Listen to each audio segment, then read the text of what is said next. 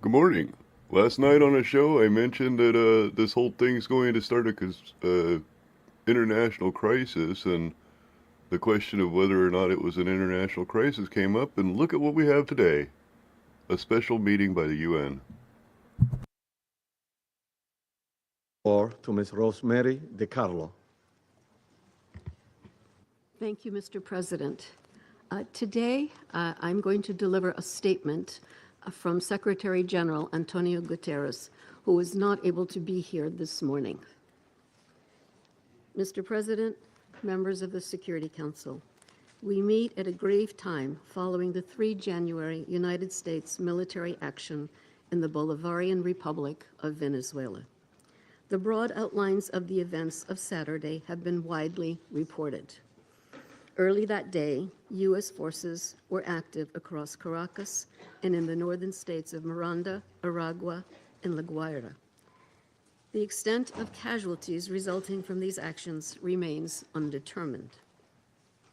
In a statement on social media on Saturday, President Donald Trump announced the conduct of a, I quote, large-scale strike against Venezuela and its leader, President Nicolas Maduro, end quote. During a press conference on Saturday, President Trump stated, and I quote again, "We are going to run the country until such time that we can do a safe, proper, and judicious transition," end quote.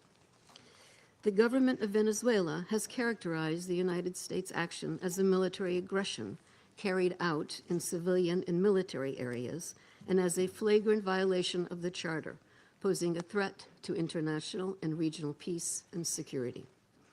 As we speak, President Maduro is being held in New York, accused by U.S. authorities, along with his wife, Celia Flores, of serious criminal offenses. What is less certain is the immediate future of Venezuela. I am deeply concerned about the possible intensification of the instability in the country, the potential impact on the region, and the precedent it may set for how relations between and among states are conducted. Mr. President, the situation in Venezuela has been a matter of regional and international concern for many years now. Attention on the country only grew following the contested presidential elections in July 2024. The panel of electoral experts I appointed at the Venezuelan government's request to accompany the elections highlighted serious issues. We have consistently called for the full transparency and the complete publication of the results of the elections. As reported to the Council on 23 December, the Office of the High Commissioner for Human Rights has cataloged serious violations. On 3 January, Venezuelan interim President Delcy Rodriguez invoked an emergency decree throughout the national territory, extending additional security powers to the government. Mr. President, the latest developments follow a period of heightened tensions beginning in mid-August, as discussed in this Council on 2 previous occasions. I have consistently stressed the imperative of full respect by all for international law, including the Charter of the United Nations, which provides the foundation for the maintenance of international peace and security. I remain deeply concerned that rules of international law have not been respected with regard to the 3 January military action. The Charter enshrines the prohibition of the threat or use of force, political independence of any state. The maintenance of international peace and security depends on the continued commitment of all member states to adhere to all the provisions of the Charter. Mr. President, Venezuela has experienced decades of internal instability and social and economic turmoil. Democracy has been undermined. Millions of its people have fled the country. The situation is critical, but it is still possible to prevent a wider and more destructive conflagration. I call on all Venezuelan actors to engage in an inclusive, democratic dialogue in which all sectors of society can determine their future. This entails the full respect of human rights, the rule of law, and the sovereign will of the Venezuelan people. I also urge Venezuela's neighbors and the international community more broadly to act in a spirit of solidarity and in adherence to the principles, laws, and rules erected to promote peaceful coexistence. I welcome and am ready to support all efforts aimed at assisting Venezuelans in finding a peaceful way forward. Mr. President, Excellencies, in situations as confused as complex as the one we now face, it is important to stick to principles. Respect for the UN Charter and all other applicable legal frameworks to safeguard peace and security. Respect for the principles of sovereignty, political independence, and territorial integrity of states. The prohibition of the threat or use of force. The power of the law must prevail. International law contains tools to address issues such as illicit traffic in narcotics, disputes about resources, and human rights concerns. This is the route we need to take. Thank you, Mr. President. I thank Ms. DiCarlo for her briefings. I now give the floor to Mr. Jeffrey Sachs. Mr. President. Okay, if there's one AI site builder you need to meet, it's this dope tech from Wix. Now this whole flow is a conversation, so your words actually build your website. I'm going for a store. And after a free-flowing conversation, has the right to determine Venezuela's political future or to exercise control over its affairs. This question goes directly to Article 2, Section 4 of the United Nations Charter, which prohibits the threat or use of force against the territorial integrity or political independence of any state. The Council must decide whether that prohibition is to be upheld or abandoned. Abandoning it would carry consequences of the gravest kind. Let me offer some background. Since 1947, the United States foreign policy has repeatedly employed force, covert action, and political manipulation to bring about regime change in other countries. This is a matter of carefully documented historical record. In her book, Covert Regime Change, political scientist Lindsay O'Rourke documents 70 attempted U.S. regime change operations between 1947 and 1989 alone. These practices did not end with the Cold War. Since 1989, major United States regime change operations undertaken without authorization by the Security Council have included, among the most consequential, Iraq 2003, Libya 2011, Syria beginning in 2011, Honduras 2009, Ukraine 2014, and Venezuela from 2002 onward. The methods employed are well established and well documented.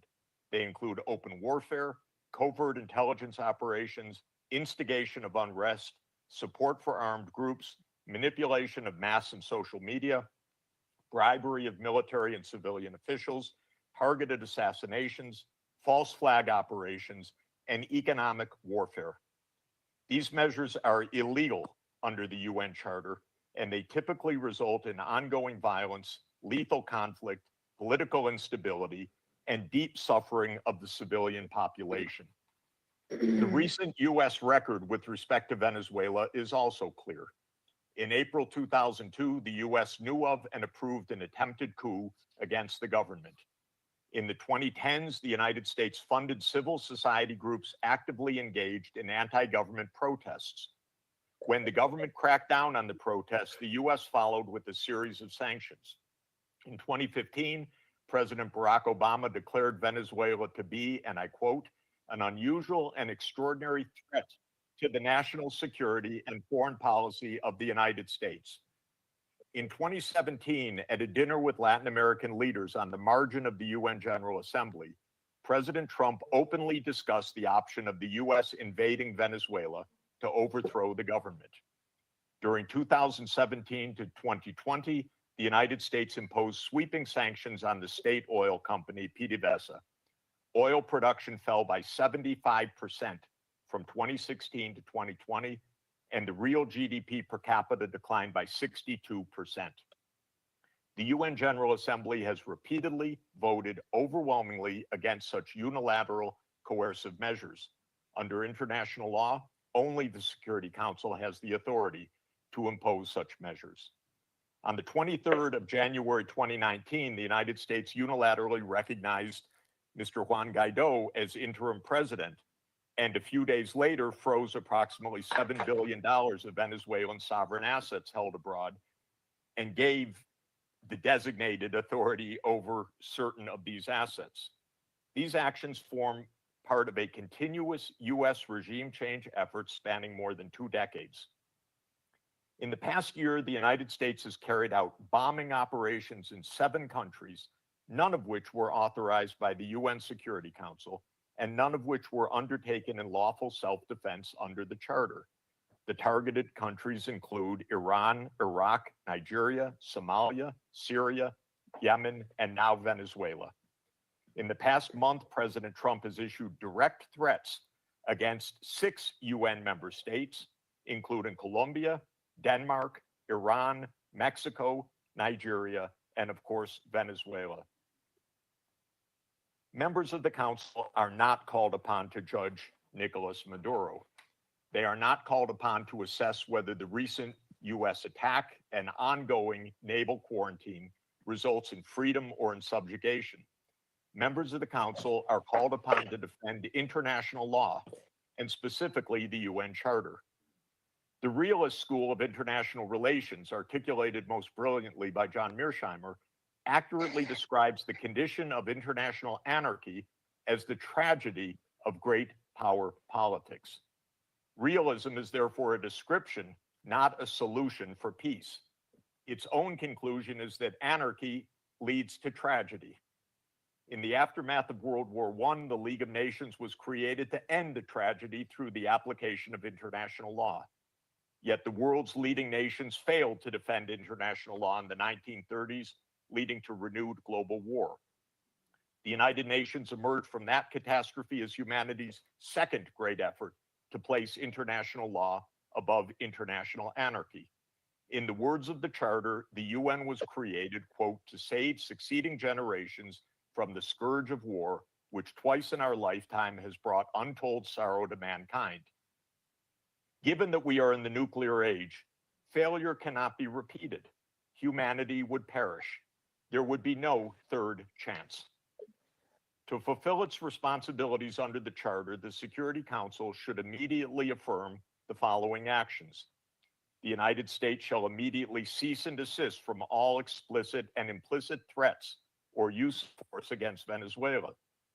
The United States shall terminate its naval quarantine and all related coercive military measures undertaken in the absence of authorization by the UN Security Council. The United States shall immediately withdraw its military forces from within and along the perimeter of Venezuela, including intelligence, naval, air, and other forward deployed assets positioned for coercive purposes. Venezuela shall adhere to the UN Charter and to the human rights protected in the Universal Declaration of Human Rights.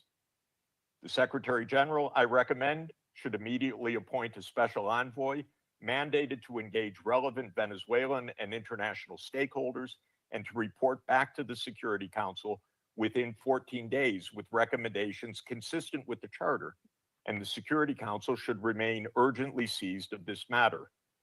All member states should refrain from unilateral threats, coercive measures, or armed actions undertaken outside the authority of the UN Security Council. In closing, Mr. President and distinguished members of the Council, peace and the survival of humanity depend on whether the United Nations Charter remains a living instrument of international law or is allowed to wither into irrelevance. That is the choice before this Council today. Thank you very much.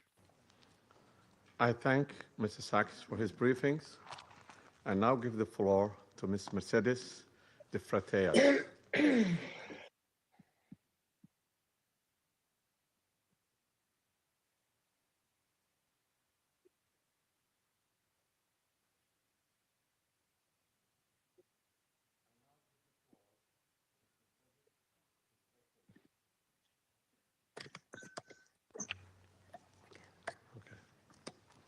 My apology. I now give the floor to Ms. Mercedes de Freitas. Good morning. I speak in Spanish. Please give the translation. Buenos días, embajadores, Good morning, representantes de estados y ambassadors, gobiernos. Gracias representatives por of esta oportunidad. states and governments. Thank you very much for giving me this opportunity to speak. Sí, sí, no me escuchan. Can you hear me? Aló, aló, ¿me Can you escuchan? hear me? ¿Me We can escuchan? hear you, Disculpe, yeah. ya estoy aquí. Excuse me. Yes, we can hear you. Good morning. I speak in Spanish. Buenos días, señores embajadores, Good morning, representantes de ambassadors, estados. representatives Gracias por esta of heads oportunidad of de state and presentar los government. resultados Thank de you investigaciones que to desde Transparencia enable me to Venezuela tell you something about hemos Transparency estado Venezuela, desarrollando para the work that we have been doing. para la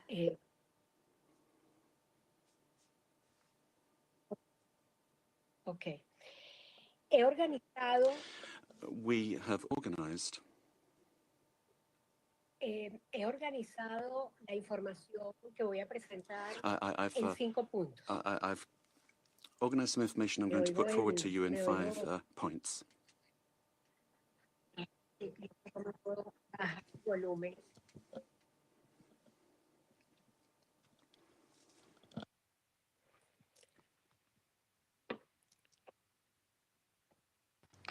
Bueno, he Continue. organizado la información que voy a presentarles en 5 puntos. I've para arranged the aprovechar los information I'm pocos going minutos que to tengo. give to you in Punto around número 5 uno. points. Let me make La the red de most of my gran time. corrupción First of transnacional all, de origen one, venezolano the tiene presencia con empresas, corruption propiedades y in actividades en Venezuela 73 países del mundo.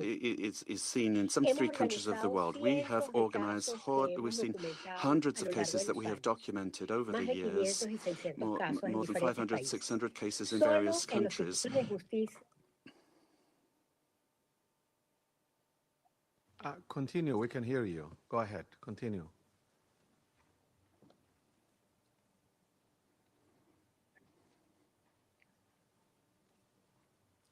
Can you hear us? We can hear you. Can you hear us?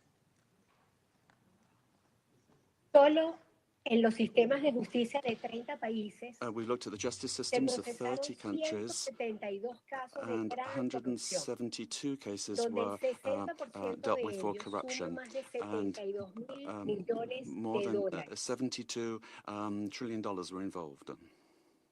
Esos 72 millones de dólares que $1 están million comprometidos were son involved. dinero público venezolano. This was public Nicolás Venezuelan money. Maduro y su Nicolas familia Maduro and his son el family. foco de la red.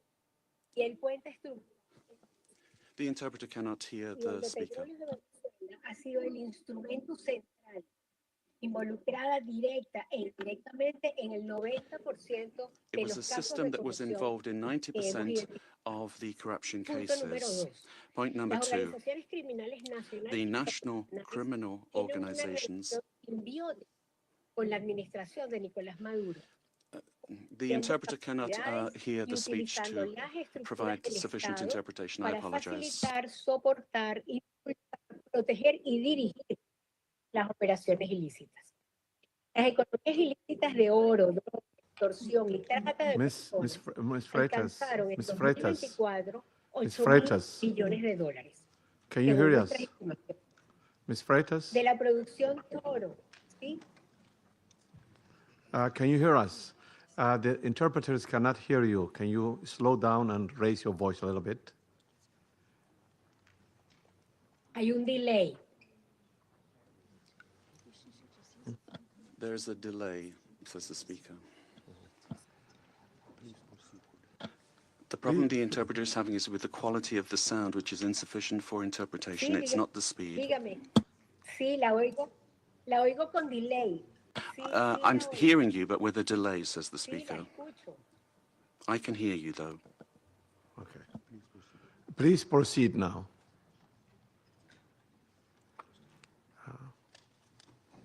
Ok, perfecto. Very well. El punto número 2. Las Point organizaciones two. criminales nacionales e internacionales National and international criminal organizations tienen una relación simbiótica con la have a administración de Nicolás symbiotic Maduro, relationship with the regime of Nicolas Maduro, sharing capacity, using the state structures to facilitate impulsar, proteger y dirigir las their work operaciones and to ilícitas. protect Las illicit economías ilícitas de operations oro, de in drogas, gold, for example, extorsión y drugs, trata de extortion, personas, and human trafficking. alcanzaron, según nuestras And estimaciones, according to our estimates, 8.200.000 millones de dólares.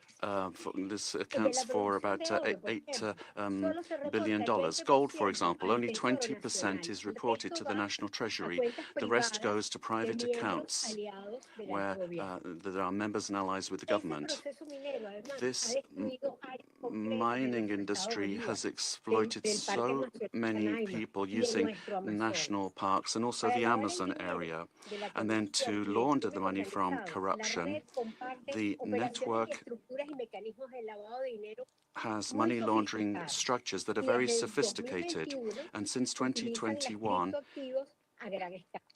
El punto 3. they've been involved in this work. La gran 3, corrupción y los ilícitos great son una de corruption las razones de reducción de los ingresos del Estado has led y to por a ende decrease del in the gasto income público, of the del state and empleo de therefore calidad, public de los servicios expenditure, básicos, and therefore de la affecting the economía quality of del país basic sigue en services. crisis aguda desde The hace current décadas. economy Tampoco is hay in dinero para crisis. pagar la There's deuda, no que hoy money suma either to service the 167 debt. mil millones de dólares que tiene a Venezuela en cesación de pagos selectivos en un default técnico desde el Although 2017, Venezuela has been in donde el primer technical acreedor default es since China, al que 2017. aún le debemos más de 15.000 millones de dólares. We owe more than Punto 4. $15 million. Los Four, venezolanos hemos tenido que aprender a Venezuelans vivir have con had to pocas learn horas de to agua y luz live with en just gran a parte del few país, de hours Caracas, of inclusive en las otras ciudades del electricity país. per day in very many Hay parts que of the entender que country. hemos aprendido a protegernos And we've de la learned to extorsión protect diaria ourselves y from generalizada daily desde los grupos extortion armados from the colombianos, armed desde los grupos de from the crimen armed Colombian organizado, groups or the pero también organized crime lamentablemente groups, but desde los funcionarios del Estado. also Millones elements de of the familias state. tienen una sola comida al día So y many con families bajo only nivel have one calórico. meal per Los day datos de below the desnutrición calories y that they need, nutrición empeoran affecting cada their día. nutrition, which is Los getting worse programas day by day. humanitarios no son Humanitarian suficientes. programs are not Se sufficient. eliminó el sistema de contrapesos y la independencia entre los poderes públicos. Ese es mi quinto punto. And then El 5, there's grupo en el no poder checks hoy and en día en balances Venezuela between tiene capturado toda la government estructura departments. institucional, The comenzando government por el has sistema de captured justicia all y con la institutions, industria beginning petrolera, with the principal justice generadora de institutions ingresos and y de also los the oligopolios oil de los company sectores económicos responsible clave. for the majority of Para income mantener for the el country. control In y order la to maintain impunidad de las control organizaciones ilícitas, and the impunity of these illicit aplican un operations, sistema represivo cada a vez más repressive atroz. system that's getting Hoy, worse and worse is being applied. además, hay más de And 1.000 to presos date, there are políticos, more cifra than que cambia 1,000 tras una political aterradora prisoners. puerta giratoria. Para finales de año, By the end, 86 at de the end esos of the presos políticos se year, desconocía su paradero y 26 personas ya han muerto bajo custodia del Estado 26 durante torturas people o por falta de died atención during médica. La misión torture de or because determinación de of a los lack hechos of de medical Venezuela de care. Naciones Unidas ha documentado cientos de United torturas Nations has y esto documented many of no se ha these detenido aún. cases. Para cambiar esta realidad necesitamos un Estado íntegro y transparente que We rinda need a cuentas, transparent que state that is garantice el Estado de accountable, Derecho y that los will derechos guarantee the humanos, rule of que law and proteja human los rights, recursos that will públicos para el beneficio protect de todos sin public privilegios, goods for con everyone un without sistema de justicia privilege, autónomo e a independiente. system that's autonomous and Necesitamos inversión de independent. capitales We need constructivos investment que nos in permitan building pagar la deuda, capacity pero también that crecer, sostener con dignidad a todos los venezolanos. will Que enable se respete us to la have a voluntad dignified del life. pueblo venezolano de We vivir must respect the will en of the democracia. Venezuelan people Por to live último, in una peace and petición, democracy. And es finally, una a súplica. request La to libertad you. para todos los presos Freedom políticos for all venezolanos. political prisoners Muchísimas in the gracias. country. Thank you very much. I thank to Ms. Freitas for her briefing. I now give the floor to those council members who wish to make statements. I give the floor to the representative of Colombia. Señor Presidente, Mr. President, Colombia agradece a Colombia would like Somalia to thank en su Somalia calidad de in your presidencia del quality Consejo de as Seguridad President por of the haber Security acogido Council con celeridad for nuestra having petición quickly para responded to convocar our esta request reunión to de convene emergencia, this emergency meeting, así como a China as well y as thanking Rusia China and por el Russia apoyo a for esta their convocatoria. support Le for holding of deseamos a this usted, meeting. señor And we wish you, Presidente, Mr. President, una exitosa gestión durante este mes de enero a en un successful momento month particularmente managing delicado the work of the para la Council paz y la at a seguridad particularly internacional. delicate time for international peace and Asimismo, security. agradezco a la I'd also like Secretaria to General thank para Asuntos Políticos Undersecretary General y de for Political Consolidación Affairs de and Paz de las Peace Building Naciones of the United Unidas Nations y a los oradores and the invitados por invited sus briefers. We thank presentaciones. them all for their Esta es la primera intervención briefings. de Colombia This en is el the first Consejo time de Colombia is Seguridad taking the como floor in the miembro Security no Council as a permanente para el non-permanent periodo member for the period 2026-2027. 2026-2027. Colombia asume esta Colombia responsabilidad is con taking on this profundo sentido de responsibility deber with y a lo deep hace. sense of duty, Desde el primer día, and en we are going to defensa do this from the first inequívoca day, del derecho internacional y de los defending principios y international law and the propósitos purposes and consagrados principles en la Carta de enshrined las in the Naciones United Unidas, Nations Charter. la paz, la International seguridad peace and internacionales, la security, solución the pacífica de peaceful las settlement controversias, of disputes, la prohibición the del uso de la prohibition of the fuerza, use of la force, igualdad sovereign soberana, el equality, respeto a la integridad respect for territorial the y la territorial independencia integrity and política de political todos los estados. independence of all states. Colombia condena de Colombia manera categórica condemns los sucesos categorically ocurridos en la the madrugada events del 3 that de enero en occurred in the early Venezuela, morning of the 3rd of en donde se January han in Venezuela, registrado múltiples where we saw explosiones y multiple actividad aérea explosions sobre and Caracas air y activity otras over zonas del Caracas país, and other en el areas of the contexto de country un as ataque part militar of a llevada military por los attack Estados Unidos, carried out by el the cual ha United incluido States, which bombardeos sobre instalaciones included civiles y bombings of militares, civilian and generando military pánico entre la infrastructure, población. creating panic amongst the Todo esto population. representa All of this evidentes violaciones a represents la clear soberanía, violations of the la sovereignty, independencia political política y la independence, integridad and the territorial territorial venezolana. integrity of No Venezuela. existe justificación There alguna is no en ninguna justification circunstancia whatsoever under any para el uso circumstances for unilateral de the la fuerza ni unilateral para use of cometer un force acto de to agresión. commit an act of aggression. Dichas acciones Such constituyen una actions grave constitute a violación del serious derecho violation internacional y of de la Carta de international la law ONU, and the United Nations incluida Charter, including la the prohibición del uso o la prohibition amenaza del uso prohibition de on la the fuerza, use or the threat of the el use of principio force, de respeto a the la principle soberanía of the y respect autoridad for plena de sovereignty los and estados the full sobre su authority of territorio, states over incluyendo their sobre sus territory, recursos including their naturales, natural la integridad resources, territorial the de los territorial estados y integrity of los states, principios de and defensa the colectiva, principles of collective especialmente defense, cuando particularly ponen en riesgo when directo a la they población directly y a bienes endanger de the carácter population civil. and civilian Defender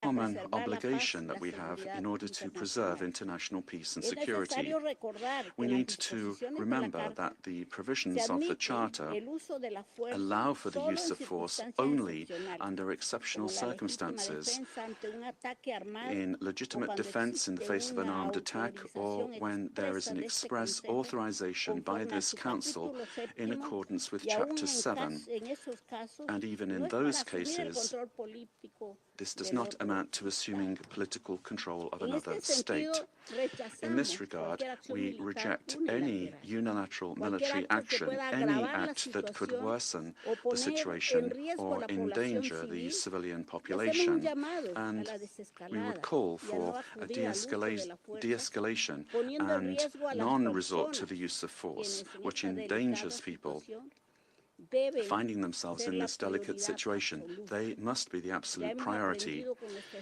We experiencia have learned que la from our población experience civil that es the siempre civilian quien population paga is el precio always más alto the one de that pays the la highest confrontación price armada. in armed Señor conflict. Presidente, Mr. President, América Latina y el Latin Caribe America se ha and the proclamado Caribbean como una have zona de paz. proclaimed themselves Y to esa be voluntad a y zone of compromiso peace, colectivo and this de nuestra collective región debe commitment ser and respetado. will of our Acciones unilaterales region must be contrarias al respected. derecho Unilateral internacional action that ponen is en contrary to riesgo la international estabilidad law regional, endangers regional incrementan la stability, inseguridad increases y insecurity, agravan ya and las ya worsens complejas the already condiciones que complex experimenta la conditions población being civil faced by the con civilian population with devastating effects that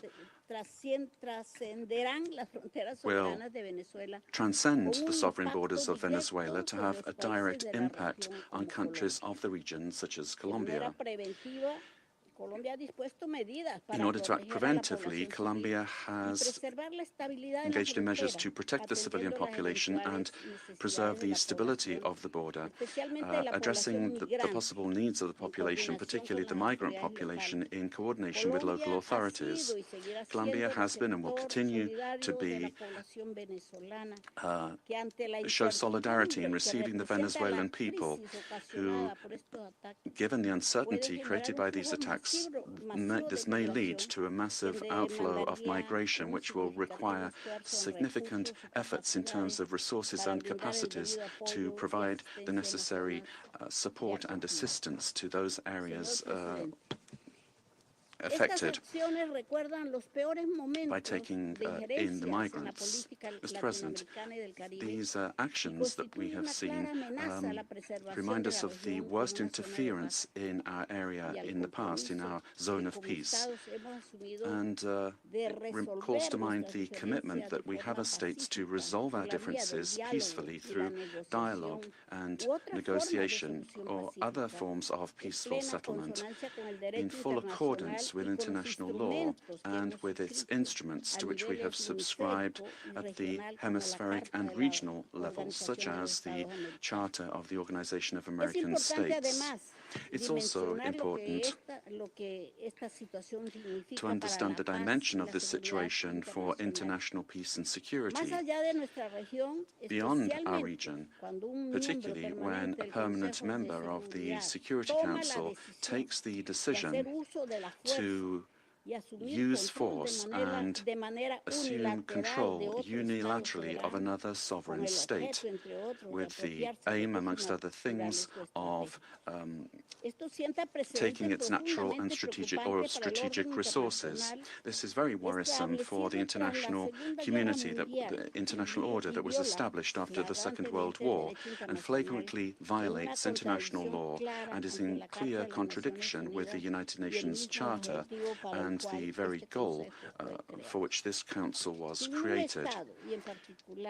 If a country, and particularly a country that is a permanent member of this council, disregards international law that we designed in San Francisco, what then is the role of this council, and where are the foundations for international peace and security?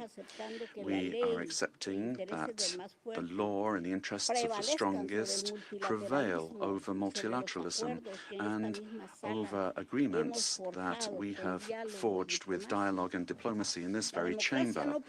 Democracy cannot be promoted or defended through violence or coercion, and it cannot be superseded either by economic interests. Democracy can only be built and sustained through respect for the will of peoples, the reaffirmation of the rule of law, through political dialogue and peaceful and inclusive processes.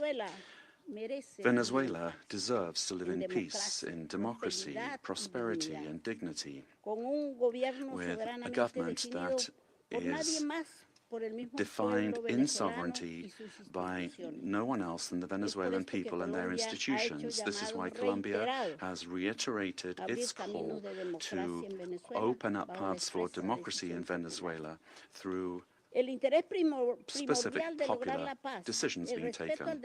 The importance of preserving peace, respect for international law, and the protection of life and human rights must prevail over anything else. Colombia reaffirms its conviction that working tirelessly under these principles in our new role as a non-permanent member of the Security Council is what we plan to do, and we make ourselves available, good offices available for a diplomatic way out of the current crisis in this brotherly country.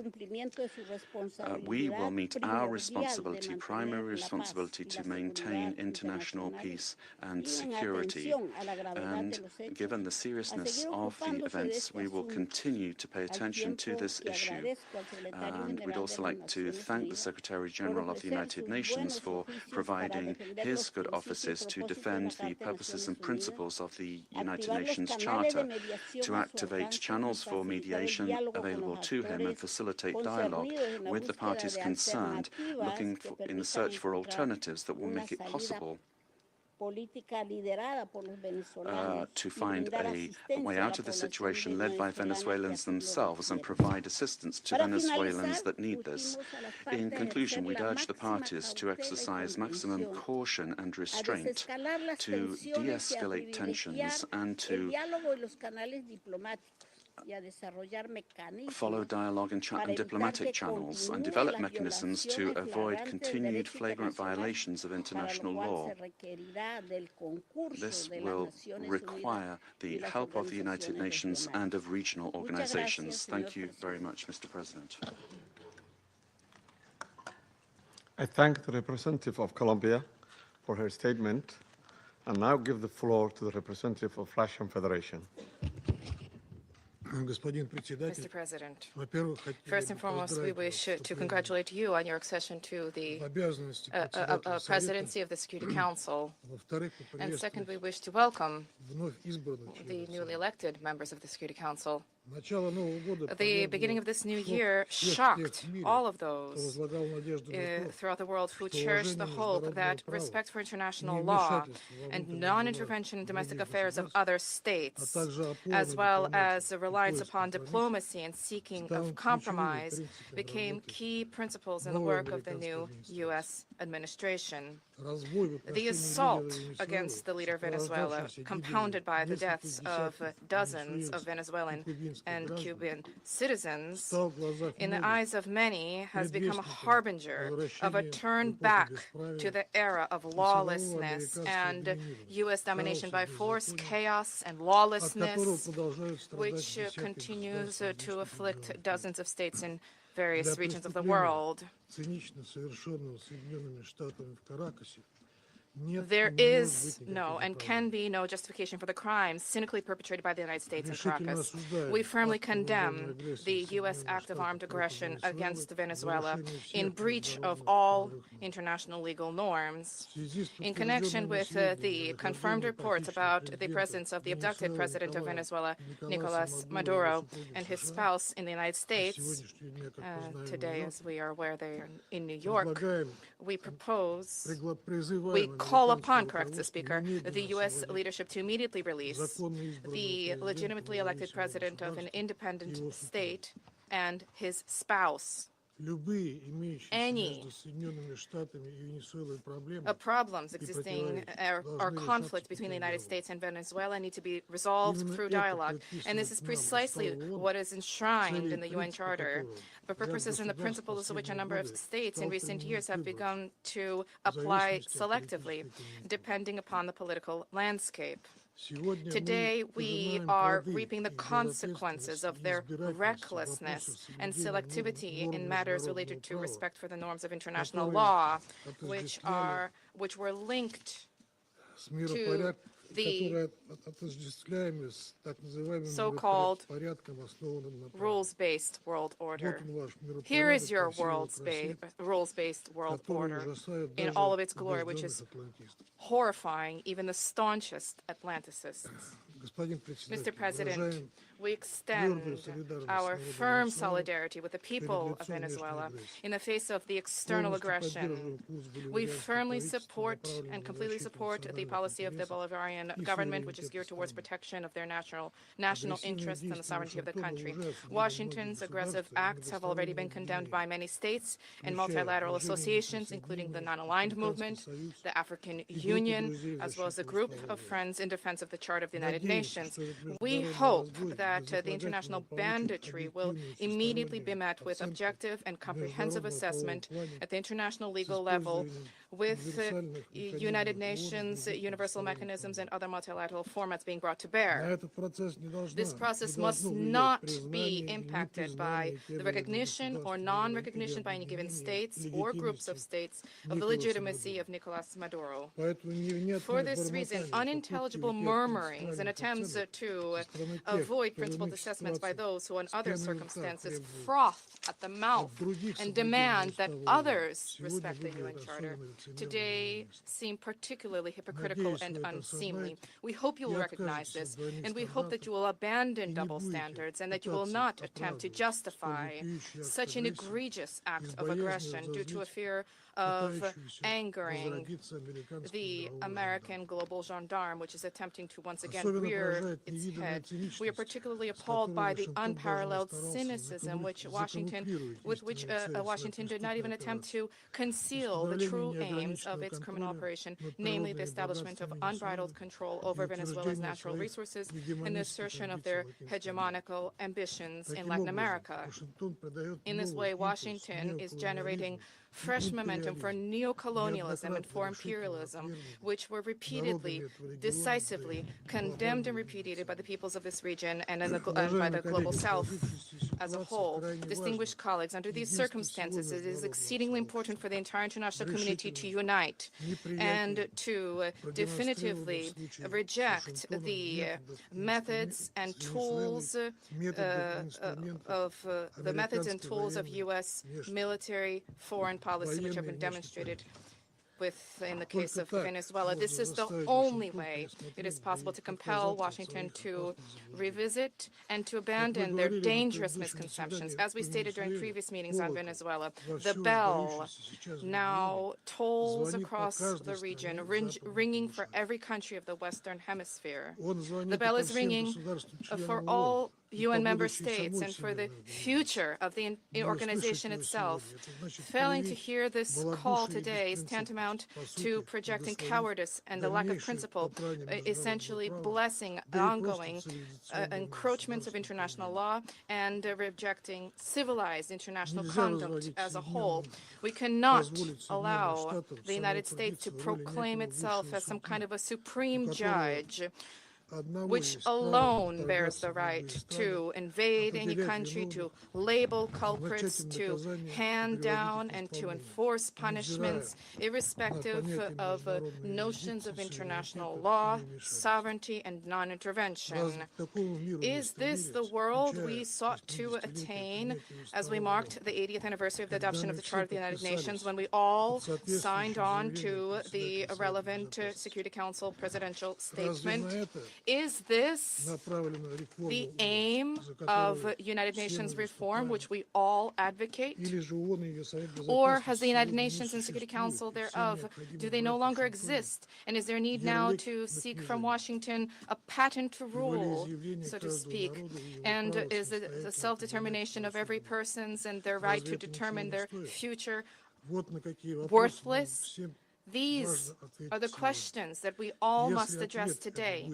And if this response is sincere, if it is principled, then perhaps the U.S. leadership, too, which openly is asserting intention to run another country for the benefit of the United States, they will perhaps glance at their own constitution, their constitution of the United States, which begins with the words, "We the people of the United States," and will begin, in fact, to recognize the sovereignty of other states rather than deposing inconvenient regimes. Thank you. I thank the representative of Russian Federation and now give the floor to the representative of China. President. 中方支持安理会就美国对委内瑞拉发动军事打击召开紧急会议。感谢迪卡洛副秘书长宣读古特雷斯秘书长的通报。我认真听取了通报人的发言，欢迎委内瑞拉常驻代表和其他国家代表出席会议。1月3日，美国悍然对委内瑞拉发动大规模军事打击，强行控制委内瑞拉 forcibly seized Venezuelan President Nicolas Maduro and his wife and took them out of the country. It claimed that it will run Venezuela and even didn't rule out launching a second round of military operations on an even larger scale. China is deeply shocked by and strongly condemns the unilateral, illegal, and bullying acts of the U.S. For some time now, the international community has repeatedly expressed grave concern over the U.S. sanctions, blockade, and threats of force against Venezuela. The Council convened 2 emergency meetings, during which Secretary-General Guterres, many Council members, and countries in the region and beyond unanimously called for abiding by the UN Charter and the international law, maintaining calm and restraint, resolving disputes peacefully, de-escalating tensions, and safeguarding regional stability. However, as a permanent member of the Council, the U.S. has disregarded the grave concerns of the international community, wantonly trampled upon Venezuela's sovereignty, security, and legitimate rights and interests, and seriously violated the principles of sovereign equality, non-interference in internal affairs, peaceful settlement of international disputes, and the prohibition of the use of force in international relations. These principles constitute the fundamental tenets of the UN Charter and form the cornerstone of maintaining international peace and security. The U.S. has placed its own power above multilateralism and military action above diplomatic efforts, posing a grave threat to peace and security in Latin America and the Caribbean, and indeed internationally. China firmly opposes this, and the international community has also expressed widespread grave concern and strong condemnation. We urge the U.S. to heed the overwhelming voice of the international community, abide by international law and the purposes and principles of the UN Charter, cease infringing upon the sovereignty and security of other countries, stop toppling the government of Venezuela, and return to the path of political solutions through dialogue and negotiations. We call on the U.S. to ensure the personal safety of President Maduro and his wife and to release them at once. We support the Council in fulfilling its primary responsibility to maintain international peace and security, and we support all efforts by the UN Secretary-General, regional countries, and organizations that contribute to promoting dialogue and de-escalating the situation. President, the lessons of history are a stark warning. Military means are not the solution to problems, and the indiscriminate use of force will only lead to greater crisis. The U.S. bypassed the Council to launch military operations against Iraq, blatantly attacked Iran's nuclear facilities, and imposed economic sanctions, military strikes, and even armed occupations on multiple countries in Latin America and the Caribbean. These actions have caused persistent conflict, instability, and immense suffering for the ordinary people. Did these actions bring peace and stability? Did they bring development and prosperity? The international community sees this clearly. Venezuela is an independent sovereign state with every right to defend its sovereignty and national dignity. Countries in Latin America and the Caribbean are important forces in maintaining world peace and stability and promoting global development and prosperity, and they have every right to independently choose their development paths and partners. No country can act as the world's police, nor can any state presume to be the international judge. China firmly supports the government and people of Venezuela in safeguarding their sovereignty, security, and legitimate rights and interests. We firmly support the regional countries in upholding the status of Latin America and the Caribbean as a zone of peace. We demand that the United States change its course, cease its bullying and coercive practices, and develop relations in cooperation with regional countries on the basis of mutual respect, equality, and non-interference in international affairs. China stands ready to work with the regional countries and the international community to strengthen solidarity and cooperation, uphold fairness and justice, and jointly safeguard peace and stability in Latin America and the Caribbean. I thank you, President. I thank the representative of China for the statement and now give the floor to the representative of Liberia.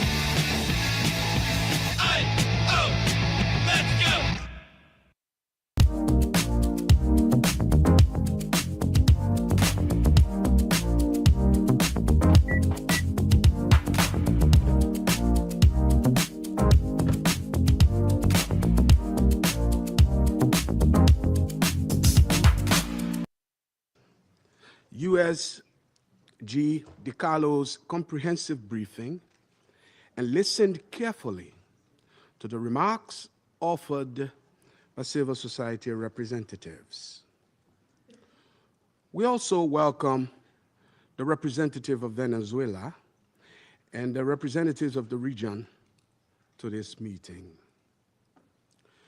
Mr. President, the A3 aligns itself with the recent communique of the African Union on the situation in the Bolivarian Republic of Venezuela and continues to monitor developments there with deep concerns.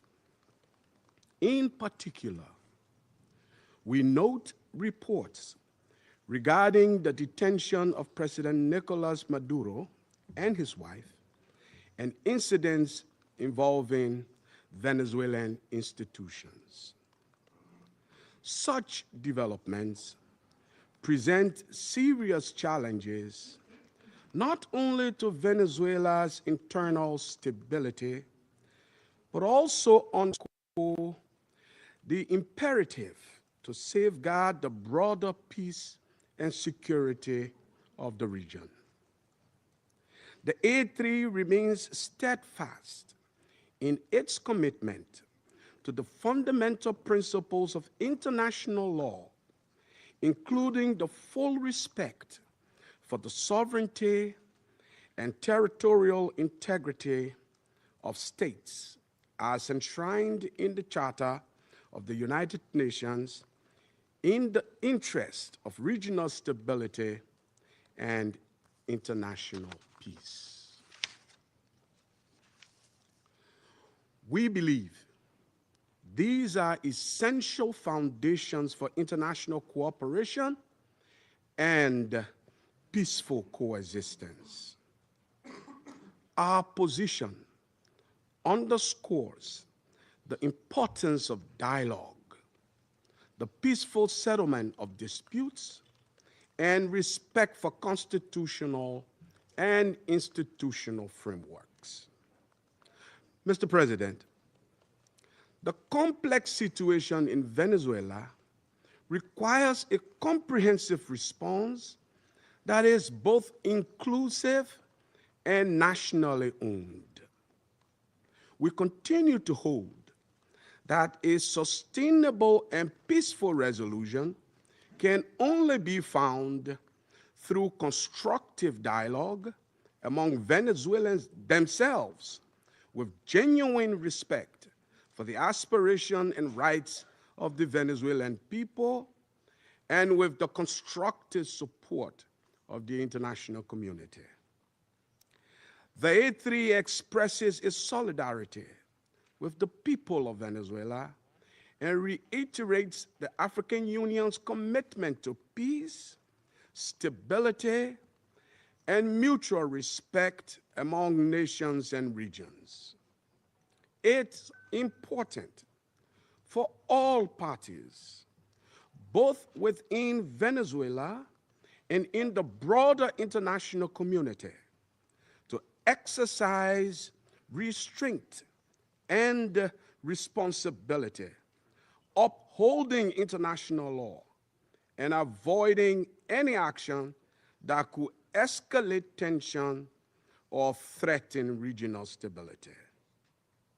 The A3 stands ready to support all efforts within this Council and in cooperation with regional partners to facilitate a peaceful, inclusive, and lasting resolution to the situation in Venezuela. I thank you. I thank the representative of Liberia for the statement and now give the floor to the representative of the United States. Mr. President, thank you for chairing. And I particularly want to thank you, Mr. Freitas, for your briefing. And I'll point out that Mr. Freitas is in exile, having fled the regime. Thank you for your courage, and thank you for shedding a light on the true atrocities of the illegitimate Maduro regime. This past weekend, colleagues, the United States successfully carried out a surgical law enforcement operation facilitated by the U.S. military against two indicted fugitives of American justice, narco-terrorist Nicolas Maduro and Celia Flores. Colleagues, Nicolas Maduro is responsible for attacks on the people of the United States, for destabilizing the Western Hemisphere, and illegitimately repressing the people of Venezuela. As Secretary Rubio has said, there is no war against Venezuela or its people. We are not occupying a country. This was a law enforcement operation in furtherance of lawful indictments that have existed for decades. The United States arrested a narco-trafficker who is now going to stand trial in the United States in accordance with the rule of law for the crimes he's committed against our people for 15 years. A similar action was taken in 1989 against Manuel Noriega. He was arrested, indicted, convicted in a court of law, served in prison in the United States and in Panama, and the Panamanian people, the American people, are safer for it. And undeniably, the region was more stable. This law enforcement action was directed consistent with the President of the United States' responsibility as Commander-in-Chief to protect Americans at home and abroad against a fugitive who is directly responsible for narco-terrorism that has killed hundreds of thousands of Americans and created destabilizing violence throughout our hemisphere. Nicolas Maduro and his co-defendant, Celia Flores, have been transferred here to the United States to stand trial for their crimes. Maduro was indicted by a grand jury in the Southern District of New York and faces very serious criminal charges for his involvement in a wide-ranging conspiracy to conduct narco-terrorism, to traffic cocaine and other drugs, and conducting international weapons trafficking. The overwhelming evidence of his crimes will be presented openly in U.S. court proceedings. Colleagues, Maduro is not just an indicted drug trafficker. He was an illegitimate so-called president. He was not a head of state. For years, Maduro and his cronies have manipulated Venezuela's electoral system to maintain their illegitimate grip on power. In fact, just 2 years ago in 2024, a UN panel of experts report found that the election in that year was absolutely and completely a farce and fell well short of the most basic transparency and integrity measures essential to upholding credible elections. If the UN and the United Nations in this body confers legitimacy on an illegitimate narco-terrorist and the same treatment in this charter of a democratically elected president or head of state, what kind of organization is this? We should note that over 50 countries, many nations, including the European Union, including a number of Latin American countries in the region, And of course, the United States, again, over 50 countries rejected the legitimacy of Maduro's re-election following the disputed 2024 elections and do not recognize him as Venezuela's legitimately elected president. Maduro unlawfully refused to peacefully cede power after the Venezuelan people voted him out of office in the 2024 election. So therefore, Maduro was a fugitive from justice. He is the head of a vicious foreign terrorist organization, Cartel de los Soles. This regime-sponsored enterprise coordinates with and relies on other vicious criminal organizations, namely Tren de Aragua, again, among others, to carry out its objective of using illegal narcotics as a weapon against the United States. And for its part, Tren de Aragua is a designated foreign terrorist organization with thousands of members, many of whom have unlawfully infiltrated the United States and are conducting irregular warfare and undertaking hostile actions against the American people and against the United States. It's terrorizing criminals commit brutal crimes, including murders, kidnappings, extortions, and human, drug, and weapons trafficking. This administration, President Trump, will not stand for it. In fact, in March of 2025, President Trump declared that Tren de Aragua is quote, Tren de Aragua is undertaking hostile actions and conducting irregular warfare against the territory of the United States, both directly and at the direction, clandestine or otherwise, of the Maduro regime in Venezuela. Maduro and his cronies have partnered with some of the most violent and prolific drug traffickers and narco-terrorists in the world for decades, facilitating the flood of illegal drugs coming in the United States, estimated to be several hundred tons annually. He has become rich, incredibly wealthy, off the misery of untold numbers of Americans, Venezuelans, and others, aiding and abetting international terrorist organizations like Hezbollah, coordinating with corrupt Iranian officials, and other malign actors to influence not only the region, but to malignly influence the United States. In fact, in its own 2025 World Drug Report, the United Nations Office on Drugs and Crime identified Venezuela as a key trafficking route in the Western Hemisphere for illegal drugs, predominantly cocaine, entering the United States and increasingly Europe. As Secretary Rubio stated just yesterday, this is the Western Hemisphere. This is where we live. And we're not going to allow the Western Hemisphere to be used as a base of operation for our nation's adversaries and competitors and rivals of the United States. You can't turn Venezuela into the operating hub for Iran, for Hezbollah, for gangs, for Cuban intelligence agents, and other malign actors that control that country. You cannot continue to have the largest energy reserves in the world under the control of adversaries of the United States, under the control of illegitimate leaders, and not benefiting the people of Venezuela, and stolen by a handful of oligarchs inside of Venezuela.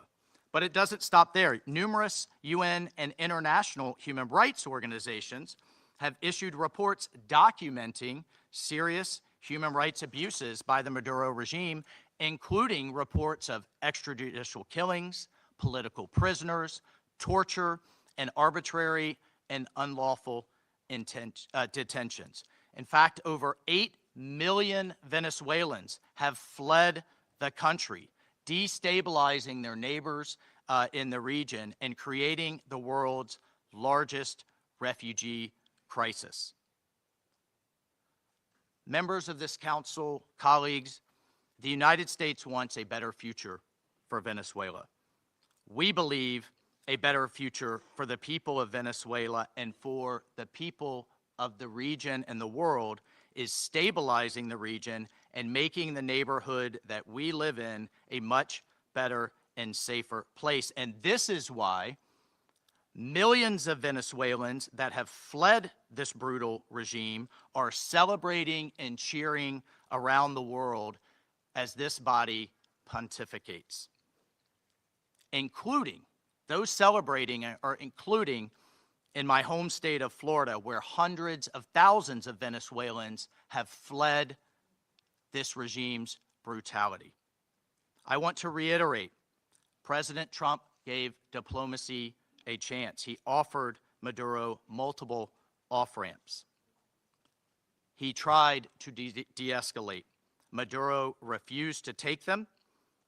President Trump made it clear that the narco-terrorism must stop, and yet it continued. The United States will not waver in our actions to protect Americans from the scourge of narco-terrorism and seeks peace, liberty, and justice for the great people of Venezuela. I thank you, Mr. President. I thank the representative of the United States and now give the floor to the representative of Panama.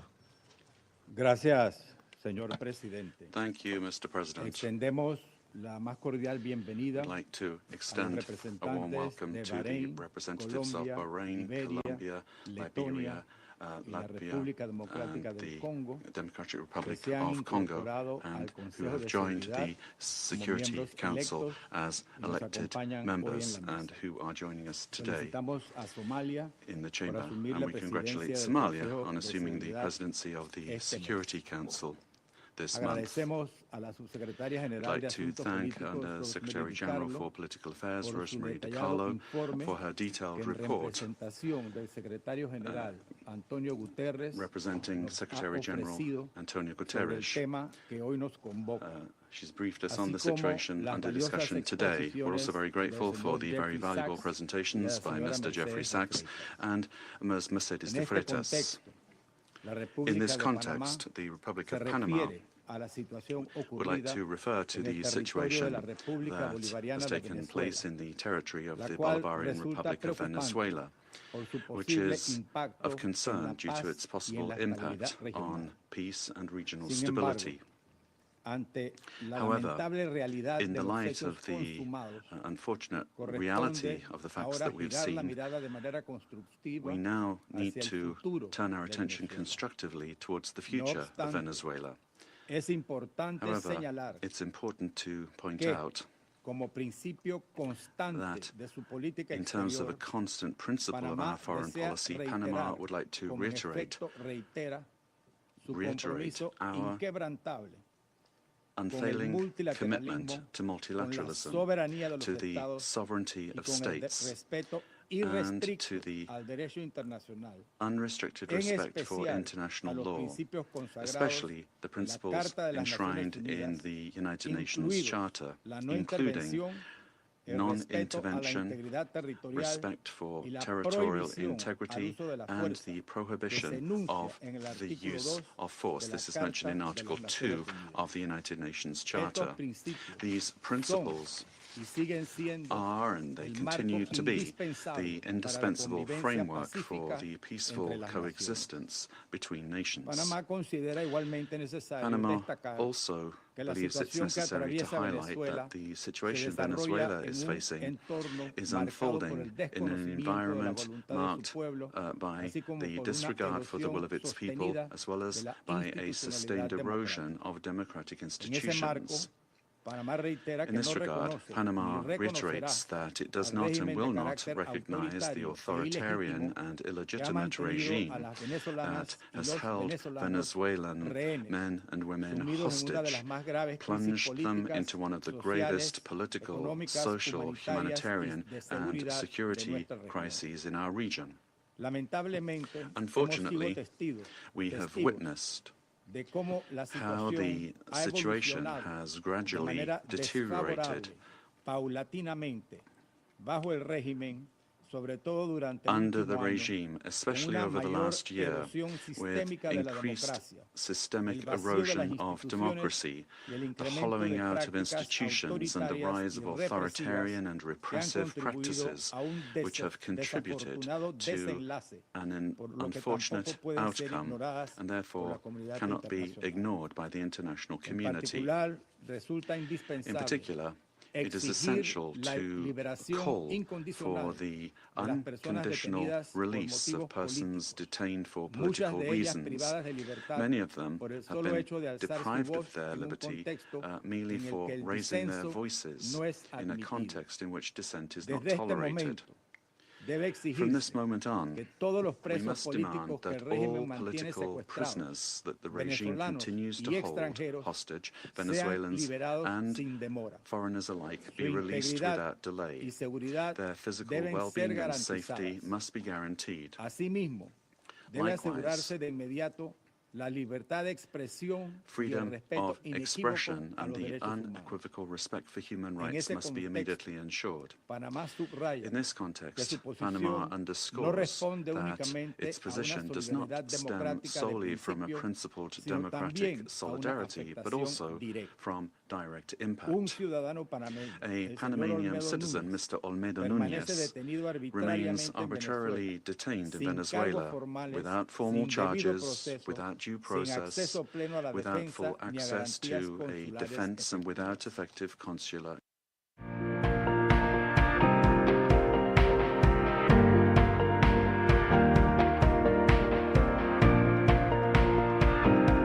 How more receptive the customer service was and quicker you got answers than the previous software we used, that was absolutely a plus. I mean, just the paperless, the efficiency of it, and how it works so well, and they can communicate through office alerts, and they don't have to come into the office for almost anything. So that's definitely, because then they can do more work in the field.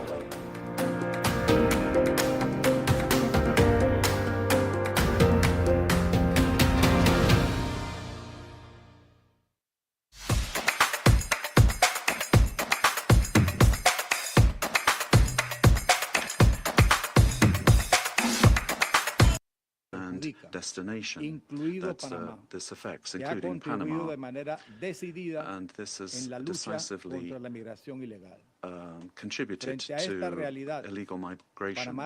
In the face of this reality, Panama issues a clear and firm call for Venezuela's short-term future to be fully democratic.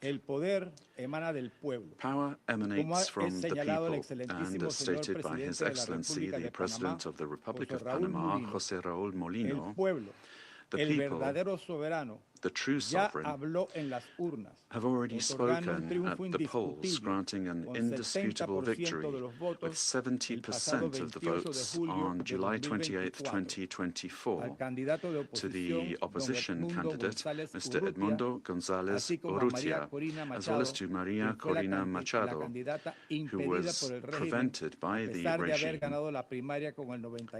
from running despite having won the primary with 93% of the votes on October 22, 2023. Additionally, the popularity of both has increased in recent months, including among police and military sectors. The elected government has the teams and work programs ready to be implemented immediately, guaranteeing an orderly transition that provides the rule of law, respect for human rights, and confidence. In line with this commitment, Panama proudly safeguards the electoral records that reliably certify said victory as testimony to the inalienable right of the Venezuelan people to determine their own political destiny.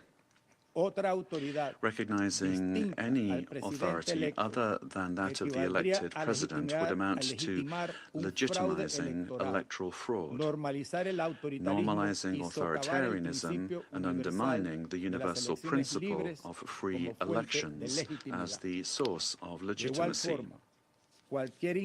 Likewise, any attempt to establish a permanent government headed by figures from the repressive apparatus, such as Delcy Rodriguez, would constitute continuity of the system and not a genuine transition.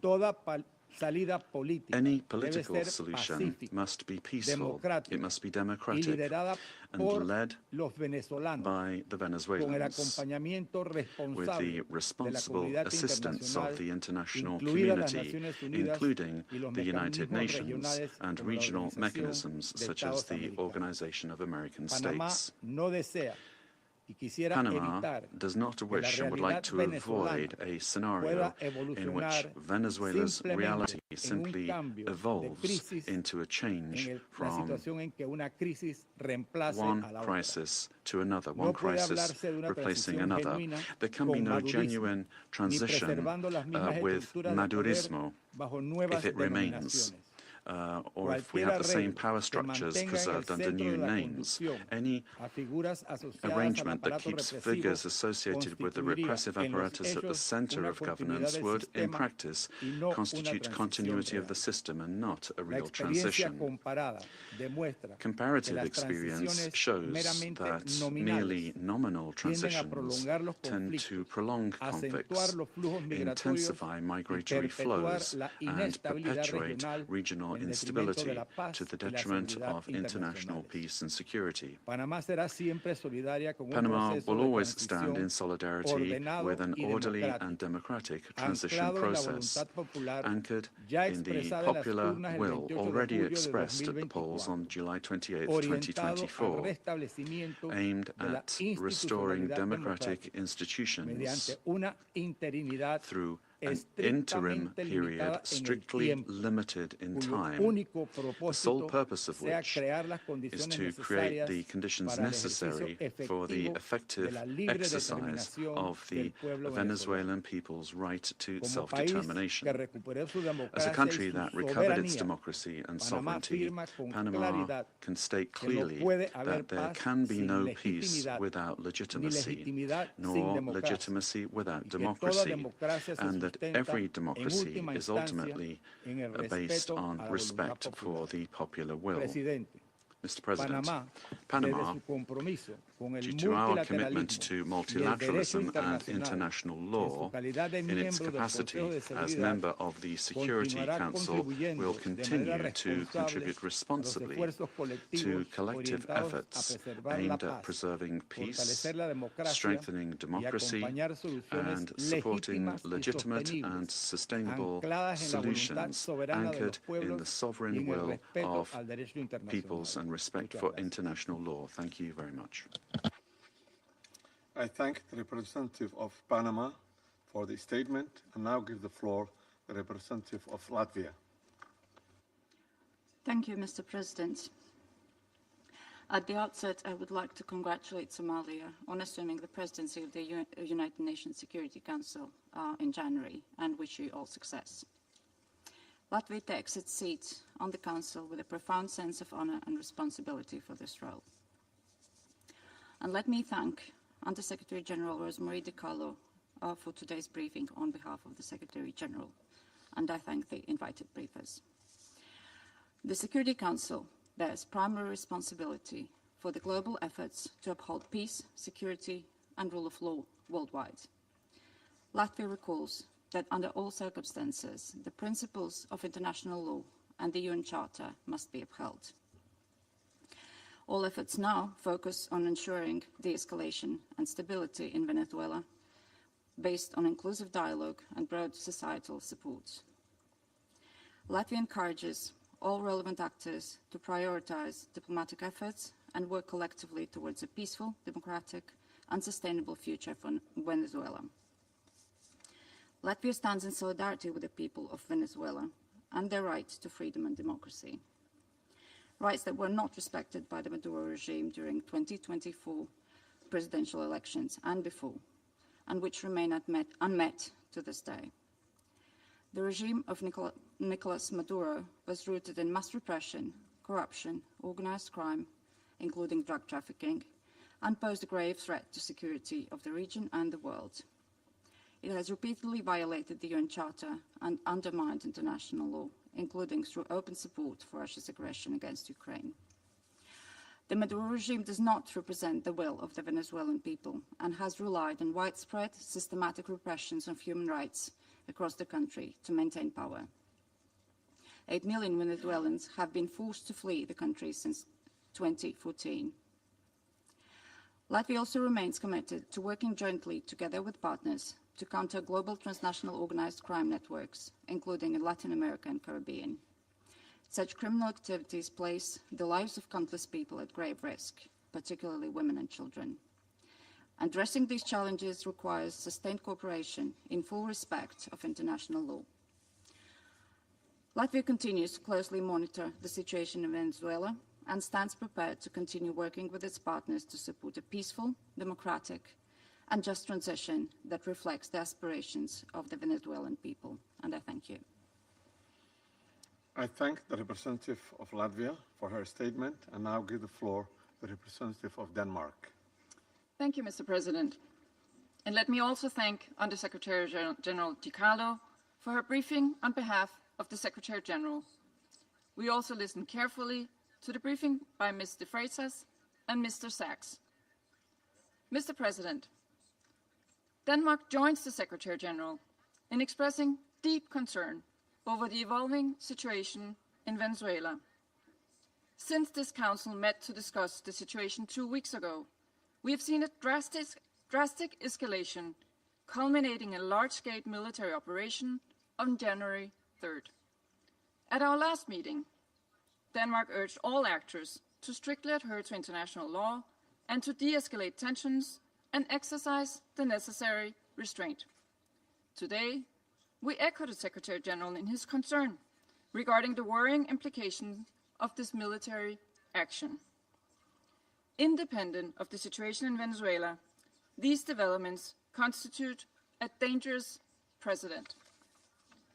International law and the UN Charter, as a pillar of the international security architecture, must be respected by all states.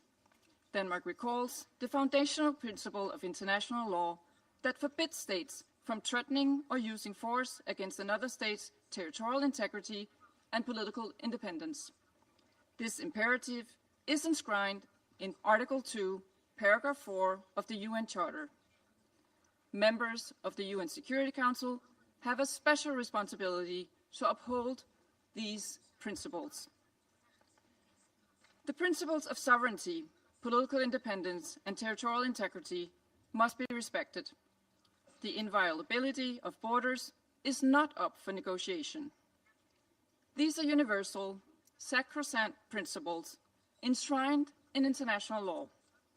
They apply everywhere. Mr. President, once again, Denmark calls on all parties to urgently de-escalate tensions that could threaten peace and stability in the region and beyond. International disputes should be settled by peaceful means, as stated in the UN Charter. We further call on all parties to exercise maximum restraint and to engage in dialogue and diplomacy. Denmark takes note of official statements from the United States government stating that the military operations are to combat drug trafficking and stem the illicit flow of illegal narcotics. Denmark shares the priority of combating organized crime and drug trafficking, while reiterating that counter-narcotic efforts, as all other efforts, must be conducted in strict accordance with international law, including the fundamental rules and principles of the UN Charter. Mr. President, against this backdrop, Denmark wishes to recall our solidarity with the people of Venezuela. Denmark does not recognize Nicolas Maduro as the legitimate president of Venezuela following the lack of transparency and integrity in the 2024 presidential elections, which failed to meet basic democratic standards. In Maduro's attempts to cling to power, his authoritarian regime grew increasingly oppressive. His regime bears responsibility for widespread and systematic violations of human rights against his fellow citizens, and he should be held accountable. The victims of the Maduro regime's alleged crimes against humanity have to be heard. The Venezuelan people have a right to democracy and self-determination exercised through peaceful, inclusive, and credible democratic processes, free from fear of political persecution, intimidation, or repression, and external political interference. This includes the rights of Venezuelans alone to determine their political, economic, and social future without coercion, pressure, or manipulation by external actors. No state should seek to influence political outcomes in Venezuela through the use or threat of force or through other means inconsistent with international law. Venezuela's future can be decided only by the Venezuelans. We call on all parties and stakeholders to come together for a negotiated and peaceful transition to democratic rule in a process led by and owned by Venezuelans. At this critical and uncertain time, it is imperative that all parties fully respect human rights and international law. Denmark remains committed to supporting Venezuela and the aspirations of its people on its path to lasting political stability. I thank you. I thank the representative of Denmark for her statement and now give the floor to the representative of the United Kingdom. Thank you, President. I congratulate Somalia on the assumption of the presidency of the Council for the month of January. And I thank our briefers for their remarks. Colleagues, the Venezuelan people have suffered for years. This Council now meets at a pivotal moment for Venezuela's future. Maduro's actions created extreme levels of poverty, violent repression, and failing basic services. His regime's rule precipitated a displacement crisis affecting the whole region. The United Kingdom has long been clear that Maduro's claim to power was fraudulent. To date, Venezuela's National Electoral Council has failed to publish the full results of the July 2024 presidential elections, and independent domestic and international reports also observed significant irregularities and a lack of transparency. President, the United Kingdom wants to see a safe and peaceful transition to a legitimate government that reflects the will of the Venezuelan people. They deserve a government which reflects their vote at the ballot box and delivers a more stable, prosperous future for all Venezuelans. Finally, President, the United Kingdom reaffirms its commitment to international law and the principles enshrined in the Charter of the United Nations. These foundations are essential for maintaining global peace, security, and the rule of law. I thank you. I thank the representative of the United Kingdom for his statement and now give the floor to the representative of France. Merci, Monsieur le Président. Thank you, Mr. President. Je voudrais d'abord vous féliciter pour votre présidence du Conseil de sécurité au mois de janvier. Je voudrais également remercier Madame Rosemary DiCarlo de nous avoir transmis les éléments du secrétaire général des Nations Unies au sujet du dernier développement intervenu au Venezuela. Monsieur le Président, la France est restée solidaire du peuple vénézuélien dans la crise qu'il traverse depuis de trop nombreuses années, et en particulier depuis l'été 2024. Le 28 juillet 2024, le peuple vénézuélien a exercé son droit de vote de façon pacifique pour déterminer l'avenir de son pays. Son droit à choisir ses dirigeants their right to choose lui a their néanmoins leaders été confisqué nonetheless has been par Nicolas stripped Maduro. away from the people by Nicolas Faut-il le Maduro. rappeler? Must you recall the facts? Le processus The électoral electoral avait été process marqué has been par de marred, nombreuses was irrégularités marred by numerous et le décompte final des irregularities, voix and the final par une counting of absence votes was flagrante marred by de a transparence. flagrant lack of transparency. Face à l'aspiration In démocratique du light of peuple the democratic vénézuélien, aspirations Nicolas of the Maduro Venezuelan a people, systématiquement Nicolas répondu Maduro à la has répression des systematically voix responded dissidentes, with the des membres de repression l'opposition of dissident et de la société voices, civile, of members of the ainsi opposition que and par of de civil society, as well as with multiples détentions arbitraires. numerous arbitrary detentions. France has always expressed itself with clarity about the fact that these practices are unacceptable and that respect for human rights must be upheld. Mr. President, the military operation which has led to the capture of Nicolas Maduro runs counter to the principle of peaceful dispute resolution and runs counter to the principle of non-use of force. The proliferation of violations of the Charter of the United Nations and the violations of international law by states vested with responsibility as permanent members of the Security Council chips away at the very foundation of the international order. Contravening the principles of the Charter, including the principle of respect for independence and territorial integrity of states, undermines the foundation of the United Nations and weakens international peace and security. France remains faithful and committed to respect for the Charter of the United Nations and of the principle of peaceful dispute resolution. We have an obligation to uphold these principles at all times and in all places. Respect for these principles is indispensable. Mr. President, France wishes to reiterate her commitment to respect for the will of the Venezuelan people. The transition which is currently being opened up for Venezuela needs to be peaceful and democratic and carried out in a manner which respects the choice of the Venezuelan people, a sovereign people.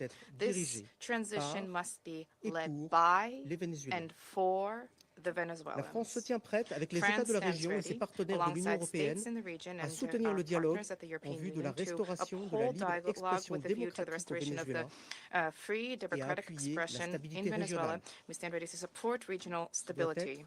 This also needs to be the role of the Security Council. Thank you. I thank the representative of France for the statement and now give the floor to the representative of Bahrain. Mr. President, I wish to take this opportunity to congratulate first and foremost the Federal Republic of Somalia on its presidency of the Security Council during this month of January. We wish you every success. We also wish to take this opportunity to thank delegations whose mandate at the Council ended, namely Algeria, Guyana, the Republic of Korea, Sierra Leone, as well as Slovenia. We wish to thank them for their significant contributions to the attainment of the goals and the mission of the Council. I also wish to thank Madam Rosemary DiCarlo, Undersecretary General for Political and Peace-Building Affairs, for her valuable briefing related to the latest developments which have taken place in the Bolivarian Republic of Venezuela, and I wish to thank other briefers as well. We appreciate the reaffirmation by His Excellency the Secretary General of the United Nations. Therapy has been such a massive part of my last 2 years, a massive part of the reason that I'm able to be a musician again. I think I'll always be an anxious person. I think accepting that that's always going to be there for me. It's the call of the Secretary General for all stakeholders in Venezuela to engage in inclusive dialogue which guarantees respect for international law, and this in order to ease tensions, to preserve regional stability, and to avoid any potential adverse repercussions for security and stability in the region. The Kingdom of Bahrain also extends its support for efforts undertaken at the regional and international levels in order to reduce tensions and to enhance diplomatic means in order to provide for international peace and security. The Kingdom stresses the importance of the promotion of international cooperation in order to support all regional and international efforts which are geared towards combating international organized crime, trafficking in drugs, as well as scourges which are related to this. This undermines the stability of societies, undermines achievement of sustainable development. Therefore, these issues need to be dealt with in accordance with international relevant conventions. By way of conclusion, the Kingdom of Bahrain reaffirms our support for regional and international efforts to achieve a political, lasting solution in the Bolivarian Republic of Venezuela. This needs to be achieved through regional cooperation and with respect for national sovereignty. The goal is to provide for security and stability in Venezuela, to avoid risks of of conflict and division, to protect civil peace, and to contribute to the preservation of regional security and stability, as well as international peace and security. Thank you, Mr. President. I thank the representative of Bahrain for the statement and now give the floor to the representative of Pakistan. Thank you, Mr. President. Allow me to begin by congratulating Somalia on its assumption of the presidency for this month and assuring you of my delegation's full support and cooperation. We welcome the new members joining the Council. I thank Undersecretary General Rosemary DiCarlo for reading out the remarks of the Secretary General and the valuable briefing. We also take note of the views shared by Mr. Jeffrey Sachs and Ms. Mercedes de Freitas. I welcome the participation of the permanent representative of Venezuela alongside the representatives of other countries from the region and beyond in the meeting. Mr. President, Pakistan views the recent developments in Venezuela with profound concern. In a world already beset by multiple crises, escalating tensions and instability in the Caribbean do not augur well for regional and international peace and security.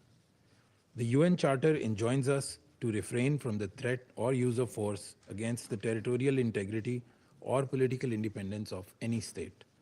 The UN Charter also binds member states to sovereign equality, non-interference in the internal affairs of others, and settlement of international disputes by peaceful means. Unilateral military action contravenes these sacrosanct principles and the doctrine of sovereign immunity. Such actions set dangerous precedents that risk eroding the foundations of the global legal framework. They also fuel instability, which, as history has shown time and again, can lead to unpredictable and uncontrollable outcomes for years to come. Mr. President, at this critical juncture, the path forward must be one of dialogue and diplomacy. Durable solutions to political differences can only be found through peaceful means, with full respect for the will of the Venezuelan people, free from any external interference. We hope that Latin American and the Caribbean region, as a zone of peace, will remain free from conflict and confrontation and continue its march towards enhanced regional cooperation and improved prosperity for the people. We urge all parties to exercise maximum restraint, de-escalate tensions, pursue peaceful coexistence, refrain from any actions that could exacerbate the volatile situation, and engage in dialogue, including by utilizing the sincere offers of mediation. The good offices of the Secretary General also always remain available for that purpose. Lastly, Mr. President, I affirm Pakistan's commitment to contributing constructively to the discharge of the Security Council's primary responsibility for addressing the threat to international peace and security by diffusing tensions, promoting Pacific settlement, and upholding respect for international law and the UN Charter. Peace and stability of Venezuela and the welfare and prosperity of its people, with full ownership, must be the overriding objective of all efforts. I thank you. I thank the representative of Pakistan for the statement and now give the floor to the representative of Greece.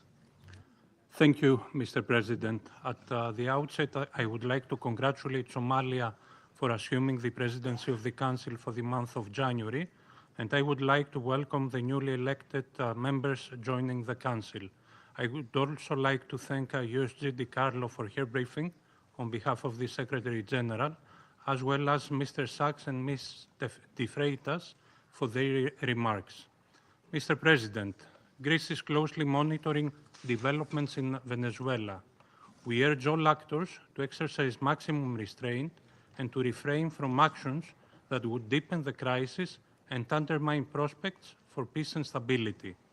Greece reiterates that the Charter of the United Nations and international law, including human rights law, must always be respected. We also recall the obligation of all parties to protect civilians, especially in times of heightened tensions. Greece shares the priority of combating transnational organized crime and drug trafficking, which pose a significant security threat worldwide. We reiterate that these challenges should be addressed through sustained cooperation in full respect of international law. Mr. President, Greece firmly believes that dialogue and diplomacy are the only viable tools for a peaceful transition and a sustainable resolution of the crisis. We join the Secretary General in encouraging all actors in Venezuela to engage in inclusive and meaningful dialogue in full respect of human rights, democratic principles, and the rule of law. We have long been clear that Nicolas Maduro's and illegitimate president's claim to power lacks legitimacy. Greece has not recognized the results of the rigged elections of July 28, 2024, and has always supported initiatives aimed at achieving a democratic solution for Venezuela. We stand firmly with the people of Venezuela in their pursuit of a democratic future, and we express the hope that the recent events will lead to this effect. The voices of all Venezuelans need to be heard, and they deserve governance that reflects their will through peaceful and inclusive processes. In this spirit, we will continue to support efforts aimed at achieving a peaceful, negotiated transition that ensures the will of all Venezuelans is fully respected. Greece stands ready to support all regional and international efforts aimed at the peaceful resolution of the crisis in line with the Charter of the United Nations and international law. I thank you. I thank the representative of Greece for this statement and now give the floor to the representative of Bolivarian Republic of Venezuela. Muchas gracias, señor presidente. Thank you very much, Mr. President. Antes de abordar el fondo de Before coming to the substance of our statement today, I think we need to make an institutional clarification. We note with concern that an attempt is being made to present to the Security Council a supposed representative of civil society, a person whose public career trajectory bears the hallmarks of sustained funding from foreign governments and transnational corporations. This has been the case for years, as well as participation in processes of political destabilization and the promotion of institutional breakdown in her own country. The instrumental use of this person to legitimize narratives of confrontation, justify the use of force, or minimize violations of international law does not contribute in any way to the purposes of this Council or to the strengthening of multilateralism. On the contrary, it erodes the credibility of the debates and distorts the Security Council's mandate entrusted with the maintenance of international peace and security. Mr. President, on January 3rd, 2026 is a date of profound historical significance, not only for Venezuela, but for the international system as a whole.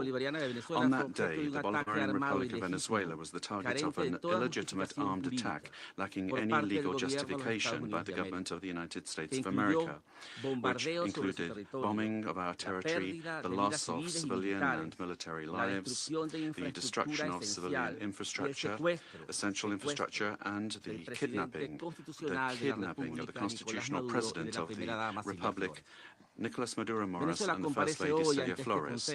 Venezuela comes before this Council today with a deep conviction that international peace can only be sustained if international law is respected without exception, without double standards, and without selective interpretations. The events of January 3rd constitute a flagrant violation of the UN Charter, perpetrated by the U.S. government, in particular, the principal violation of the principle of sovereign equality of states, of the absolute prohibition of the use or threat of use of force against the territorial integrity or political independence of any state, as enshrined in Article 2, Paragraph 4,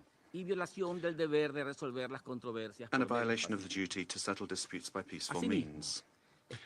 Similarly, these acts also seriously violate the Geneva Conventions and its protocols, as indiscriminate attacks were carried out against the civilian population and assets.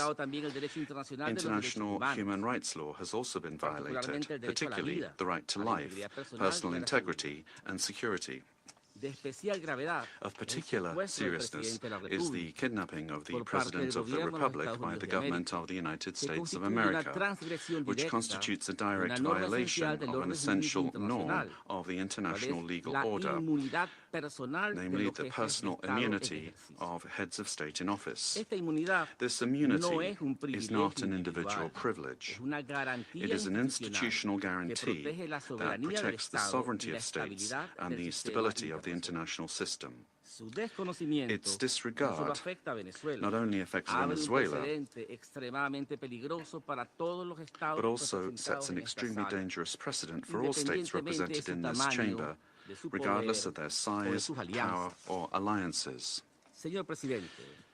Mr. President, General Assembly Resolution 3314 clearly defines as an act of aggression the bombing of the territory of one state by the armed forces of another state, as well as the invasion or occupation, even without formal annexation. The events we are denouncing here unequivocally fit this definition. In 2004, the International Court of Justice affirmed that occupation exists when a state exercises effective control, even without formal annexation or the continuous presence of troops. Security Council Resolution 242, for its part, emphasizes that the acquisition of territory by force is inadmissible, while General Assembly Resolution 2625 establishes that the territory of a state shall not be subject to military occupation as a result of the use of force in contravention of the UN Charter. Allowing such acts to go without an effective answer would amount to normalizing the replacement of law by might, while eroding the very foundations of the collective security system. Today, it is not only Venezuela's sovereignty that is at stake, the credibility of international law, the authority of this organization, and the validity of the principle that no state can set itself up as the judge, party, and executor of the world order are also at stake.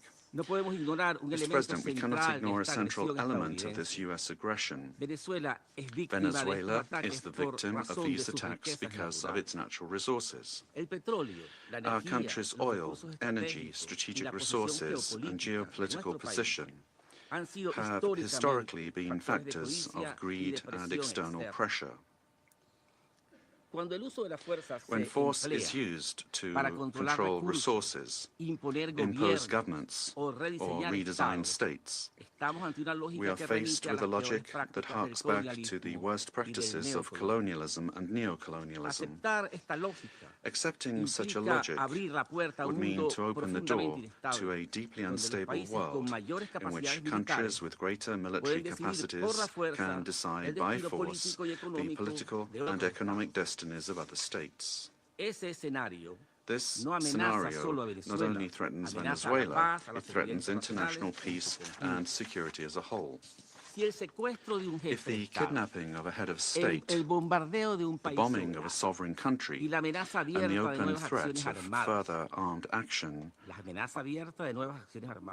are tolerated or downplayed, the message sent to the world is a devastating one, namely that the law is optional and that force is the true arbiter of international relations. Venezuela firmly believes in diplomacy, dialogue, and peaceful coexistence among nations. That has always been our historical position, and it remains so today, even in the face of an aggression of this magnitude. It is precisely that commitment to peace, the one that was violated on the 3rd of January. Therefore, Venezuela urges the Security Council to fully assume its responsibility and to act in accordance with the mandate conferred upon it by the Charter of the United Nations. In that regard, we request, A, that the government of the United States of America be demanded to fully respect the immunities of President Nicolas Maduro and First Lady Celia Flores, as well as their immediate release and safe return to Venezuela. 2, that the use of force against the Bolivarian Republic of Venezuela be clearly and unequivocally condemned.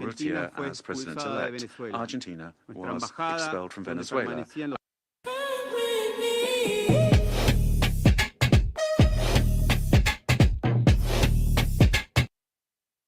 Despite these pressures, the Argentine Republic maintained its unwavering conviction to continue denouncing the situation in Venezuela and to act in every available international forum so that Venezuela could once again embrace freedom and democracy. Mr. President, this is not the first time that Argentina has addressed the Security Council regarding the situation in Venezuela. On the 23rd of December last, we expressed our deep concern over institutional and humanitarian deteriorating situation, noting the effects of the illegitimate regime of Nicolas Maduro transcended the domestic sphere and negatively affected regional stability, constituting a concrete threat to hemispheric security.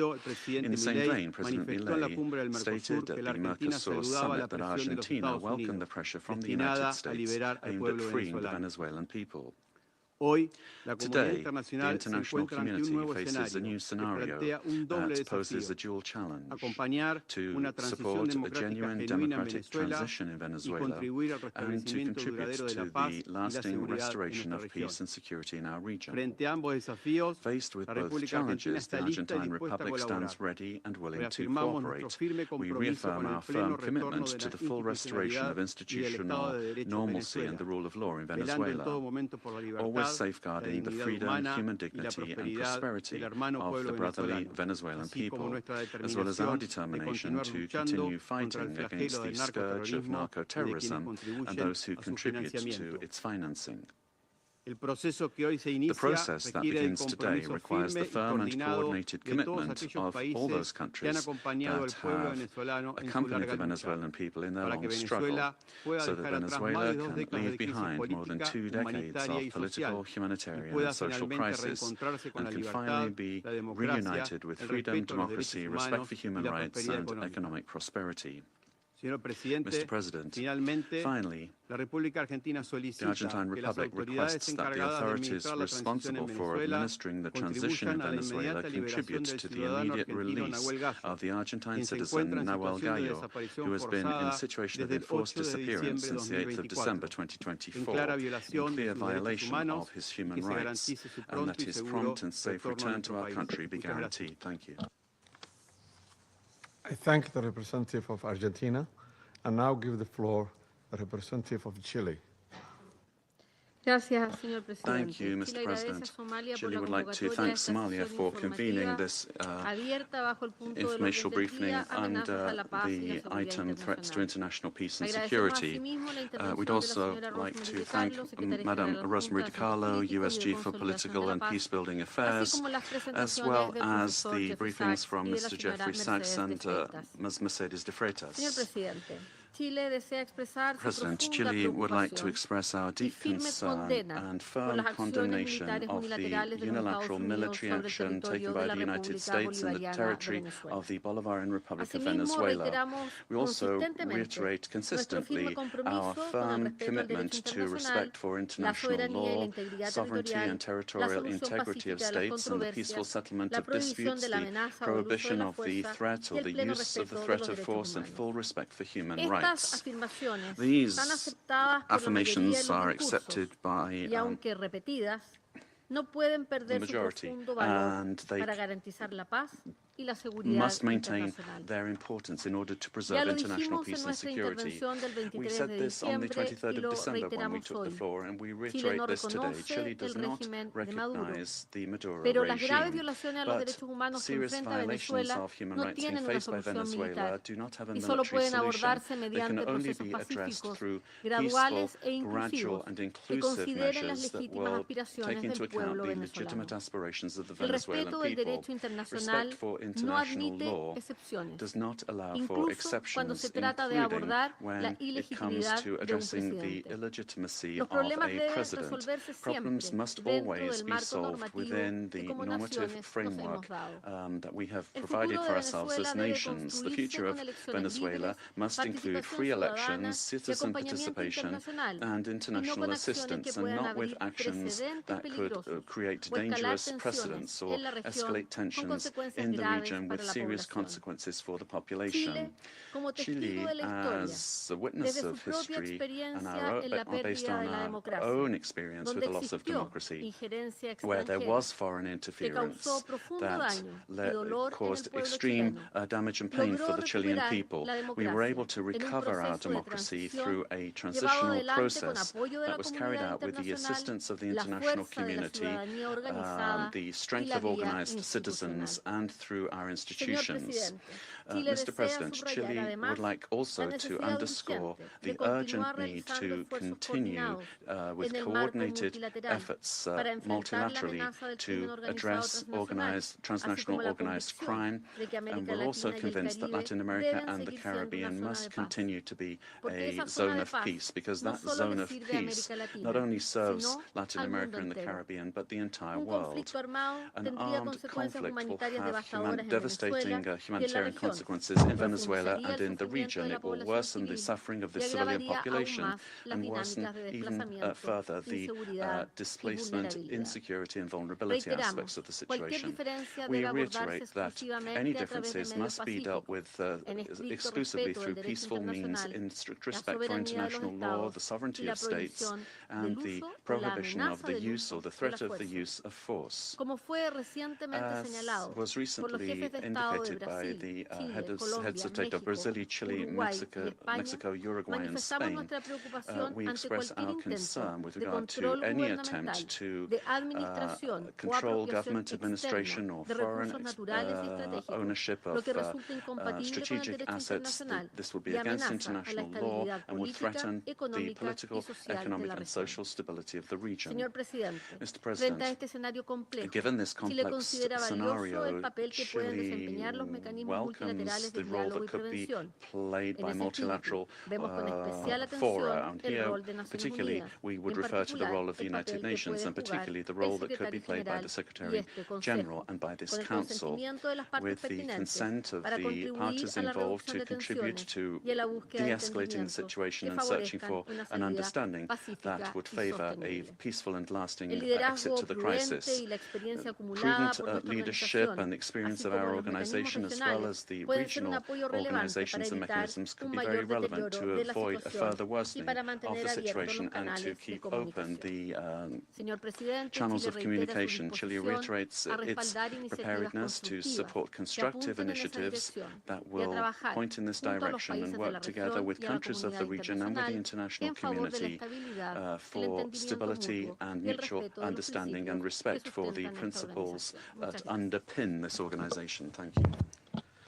I thank the representative of Chile for the statement and now give the floor to the representatives of Brazil. Mr.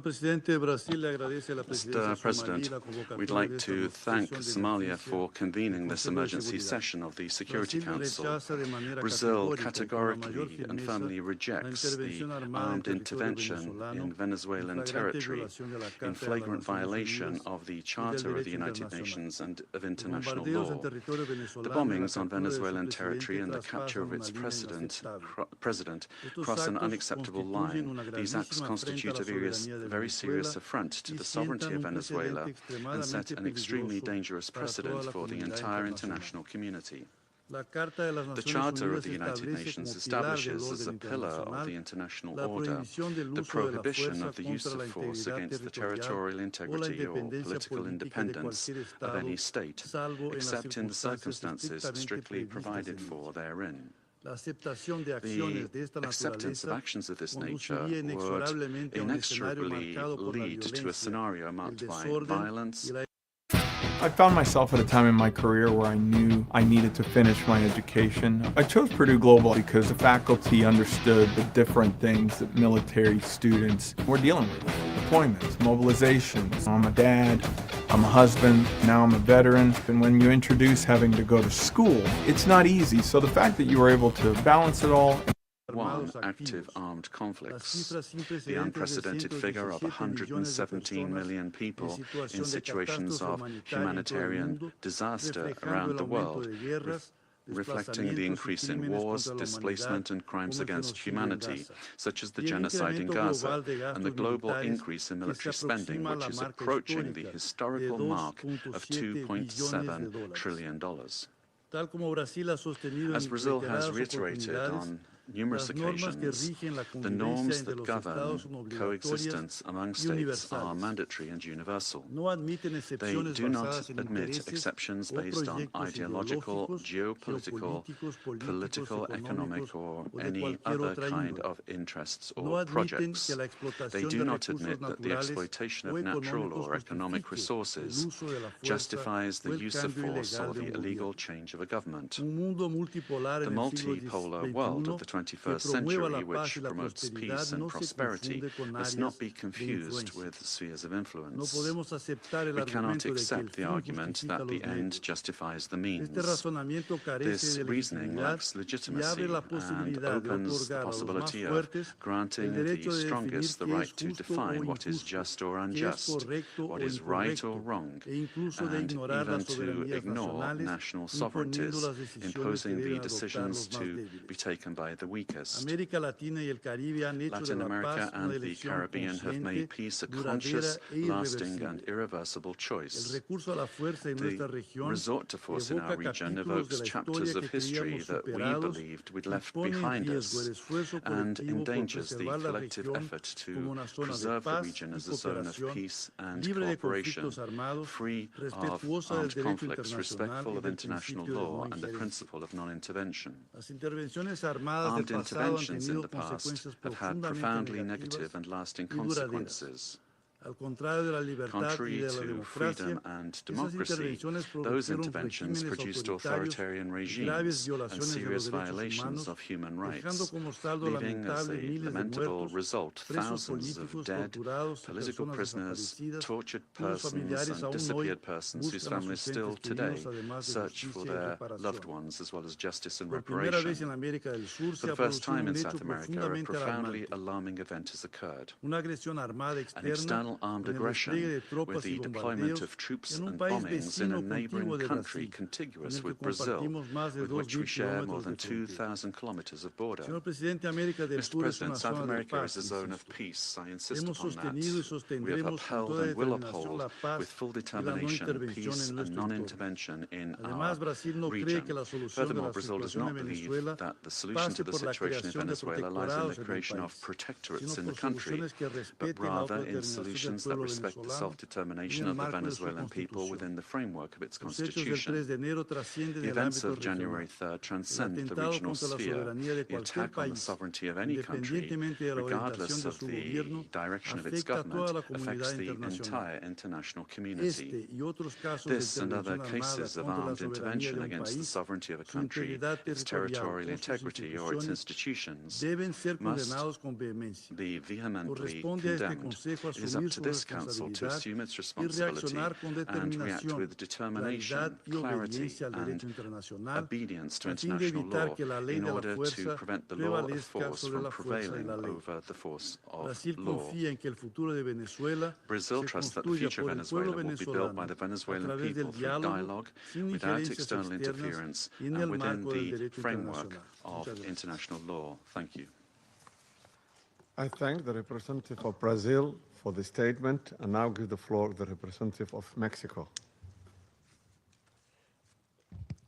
Señor Presidente, Mr. President, gracias por haber convocado thank you for a esta reunión having de emergencia del convened Consejo. this emergency meeting of the El Council. gobierno de México ha hecho The government of explícita Mexico ya has already su posición de made condena its position a la clear with agresión regard to our militar condemnation del of the pasado military 3 de aggression enero of January contra 3rd objetivos en against territorio de targets in Venezuela the territory of en Venezuela, clara in violación clear del violation of artículo Article segundo 2 de la of Carta the de las Charter Naciones of the Unidas. United Nations. Estas acciones These no actions deben must not be permitirse, pues allowed, constituyen as they un severo constitute a golpe severe a blow la Carta to the y al Charter multilateralismo. and to multilateralism. México quisiera Mexico would precisar like to los clarify the siguientes following 4 points. puntos. 4 points. Número 1. Number one, proscripción the de la prohibition amenaza of the threat y el uso de la of fuerza the use of contra la force soberanía, against the la sovereignty, integridad territorial territorial integrity, o la or independencia political política independence de todo of Estado any state es el is fundamento the del derecho foundation internacional, of international law, sin importar el regardless país of the o el country gobierno de que or se the trate. government involved. Dos, la Two, retórica que apunta rhetoric hacia un pointing escalamiento towards the o escalation or expansión de las acciones expansion of militares, military actions, incluidos otros including países. Are you 50 or older? You already know the importance of shingles protection. Did you know pneumococcal pneumonia? Stability.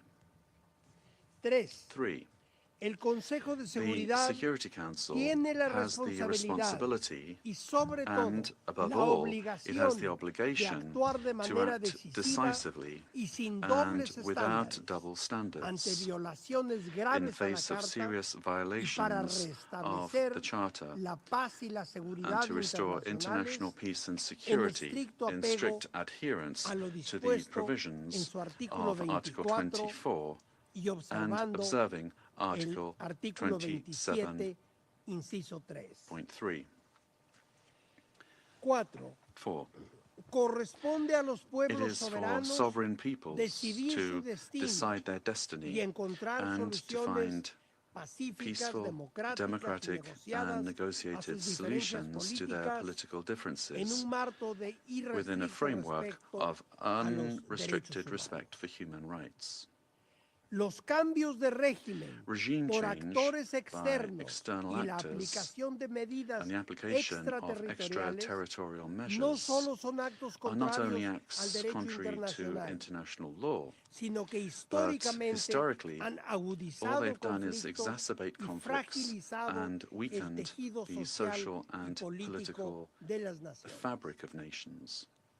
Señor presidente, Mr. President, estimados colegas, esteemed colleagues, estimadas colegas, a pesar de las diferencias políticas despite the entre political nuestros differences gobiernos, among our governments, América Latina y el Latin Caribe America and the se ha Caribbean forjado has been como una zona de paz. forged as a zone of peace. Colectivamente hemos Collectively, recurrido durante we have, décadas for ya decades now, a los resorted mecanismos to the políticos y available jurídicos political disponibles and legal de mechanisms solución de available controversias. in order to peacefully settle La disputes. violación actual The current de este frágil violation of this equilibrio fragile pone balance en grave gravely riesgo la endangers estabilidad the political política stability y la seguridad and de la the región, security of the region, así como el as well bienestar as the de well-being nuestros pueblos. of our peoples. Quienes justifican Those who estos justify actos these acts niegan la deny the historia independent independiente history de América of Latina Latin y el America Caribe. and the Caribbean. México, Mexico, firme en sus firm principios in its constitucionales de constitutional política exterior principles of foreign y policy su vocación and its pacifista, pacifist reitera calling, emphatically que el reiterates diálogo y la that negociación dialogue and son las negotiation únicas vías are the legítimas y only legitimate eficaces and effective para ways resolver to las resolve diferencias existentes. existing differences. Reitero I el llamado reiterate de la the call presidenta of de the México President of Mexico a que la ONU for haga the más UN por to solucionar do este more y to otros resolve this conflictos, and other conflicts, incluyendo a including través de through the gestiones good de su offices of secretario its general. Secretary General. Frente a los acontecimientos In del view pasado of 3 the de events enero, of January 3rd, México refrenda Mexico su disposición reaffirms de its apoyar willingness to cualquier support esfuerzo de any effort facilitación del at diálogo, facilitating mediación dialogue, o acompañamiento mediation, or que providing promueva la assistance paz en that la promotes peace in the region. Finalmente, Finally, no podemos pasar we por alto cannot overlook que the esta fact sesión del that this Consejo session of the se haya Council celebrado has hasta hoy, been held only cuando lo que now, tenemos ante when nosotros what we es face una grave is a serious situación que situation pone en that riesgo puts la paz international y la peace seguridad and security internacional. at risk. Gracias. Thank you. I thank the representative of Mexico for his statement and now give the floor to the representative of Paraguay. Gracias, señor presidente. Thank you, Mr. President. La delegación de la República del Paraguay The agradece delegation a la of presidencia Paraguay y a would los like to miembros thank del the Presidency Consejo and the por members la of the oportunidad Council de for the tomar la palabra opportunity en to esta take the sesión floor de at fundamental this relevancia.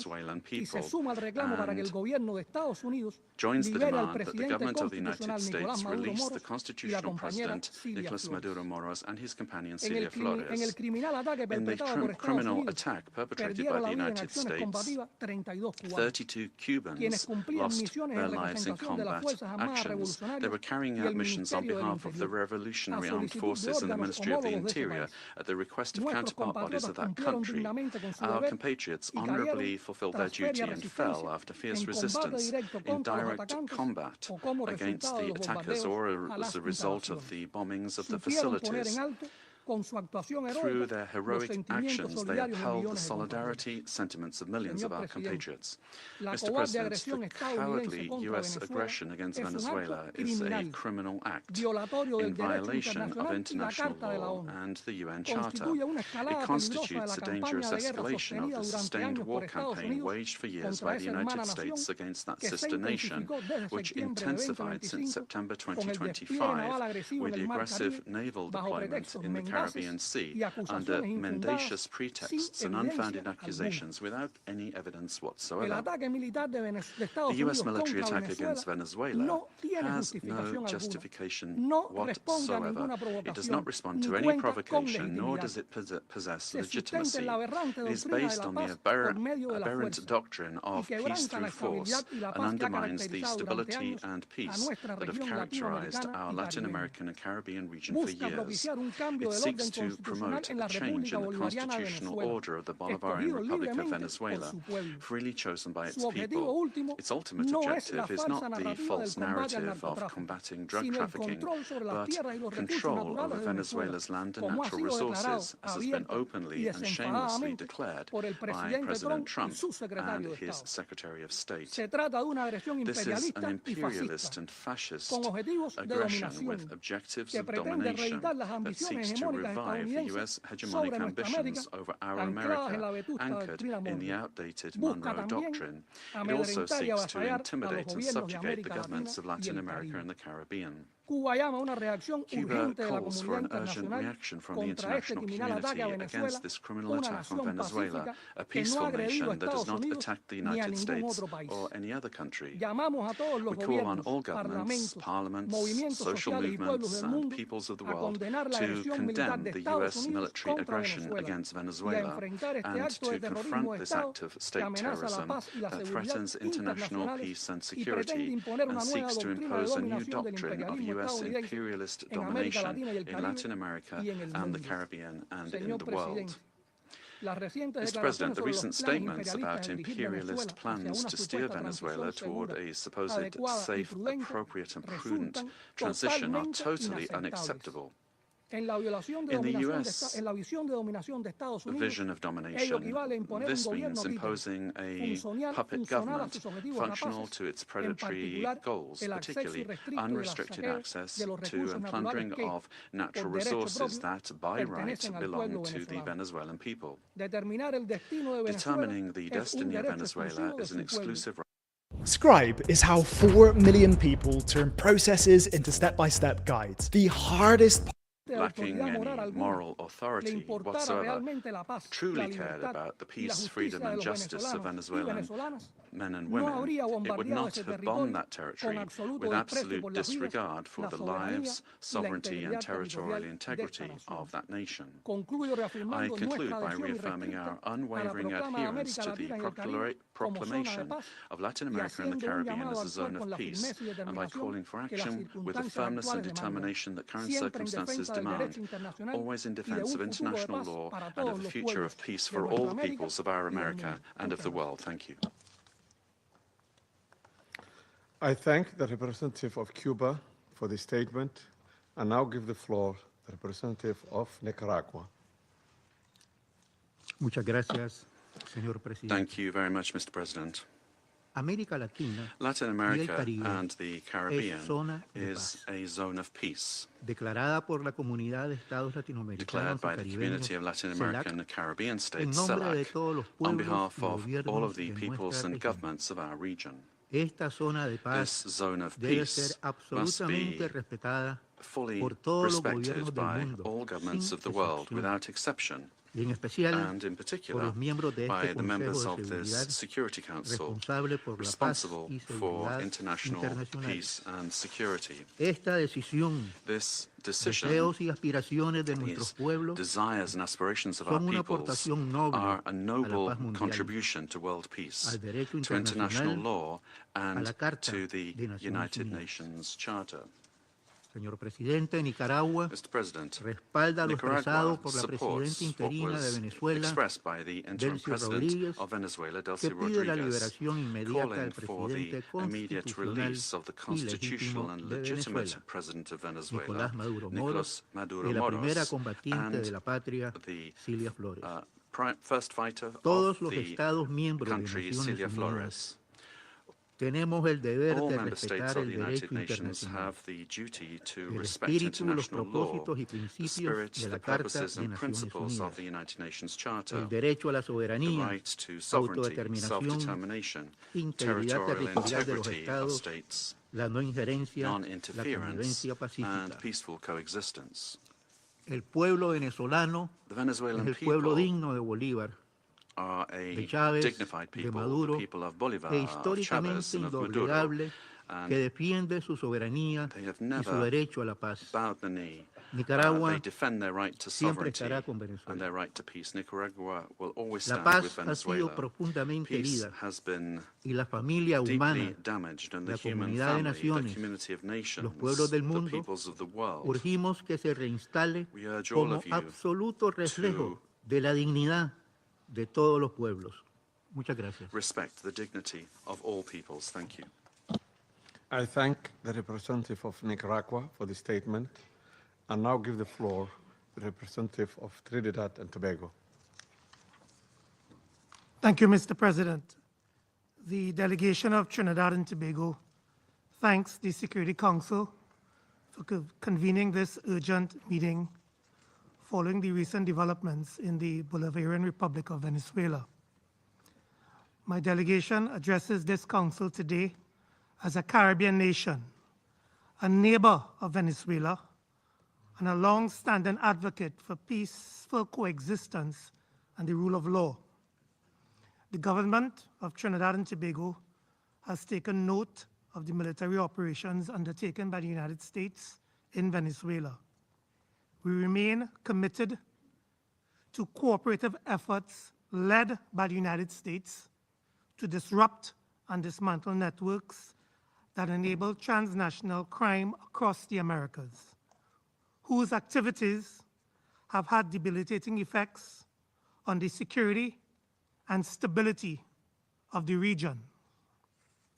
Trinidad and Tobago remains steadfast in its support of the United States of America's initiatives that strengthen regional security, reinforce the rule of law, and safeguard the well-being of our societies, the Americas. The government of Trinidad and Tobago, while valuing its long-standing and robust partnership with the United States, remains equally committed to maintaining a constructive and respectful relationship with the Bolivarian Republic of Venezuela, and continues to uphold peaceful relations with the people of Venezuela.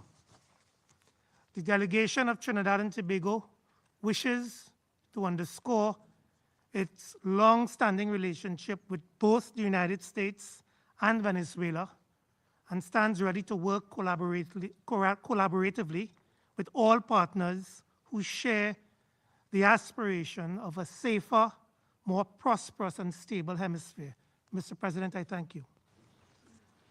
I thank the representative of Trinidad and Tobago and now give the floor to the representative of Spain. Señor presidente, en primer lugar, me gustaría felicitarle por la asunción de la presidencia mensual del Consejo de Seguridad de Naciones Unidas y desearle todo el éxito en el desempeño de sus funciones. Why I get triggered when someone gives me unsolicited advice. When I was younger, it came mainly from To extend my thanks general to adjunta y the jefa del Departamento de Undersecretary Asuntos General and Head Políticos of Political and y Peace Building Consolidación de la Affairs Paz de las Naciones Unidas, of the señora United Nations, Di Madam Carlo, por la Rosemary información DiCarlo. Thank you for the proporcionada information en el día de hoy. today. España expresa su profunda Spain preocupación por would lo like to ocurrido en express our Venezuela, profound concern que about como ha what's señalado el happened in secretario general de Venezuela. Naciones And as the Unidas, Secretary constituye General un of the United precedente muy Nations has noted, preocupante it con constitutes a very implicaciones para la worrying región precedent with y para el mundo. implications for the region and for the world. El respeto a los principios Respect for the de la principles Carta de of the Naciones Unidas, Charter of the United en particular Nations, a la soberanía e particularly the integridad sovereignty territorial de and los estados territorial y a la integrity of prohibición states and del the uso y amenaza de la prohibition of fuerza the es use or indispensable the threat of para use of force garantizar la is convivencia indispensable to ensure internacional. international coexistence.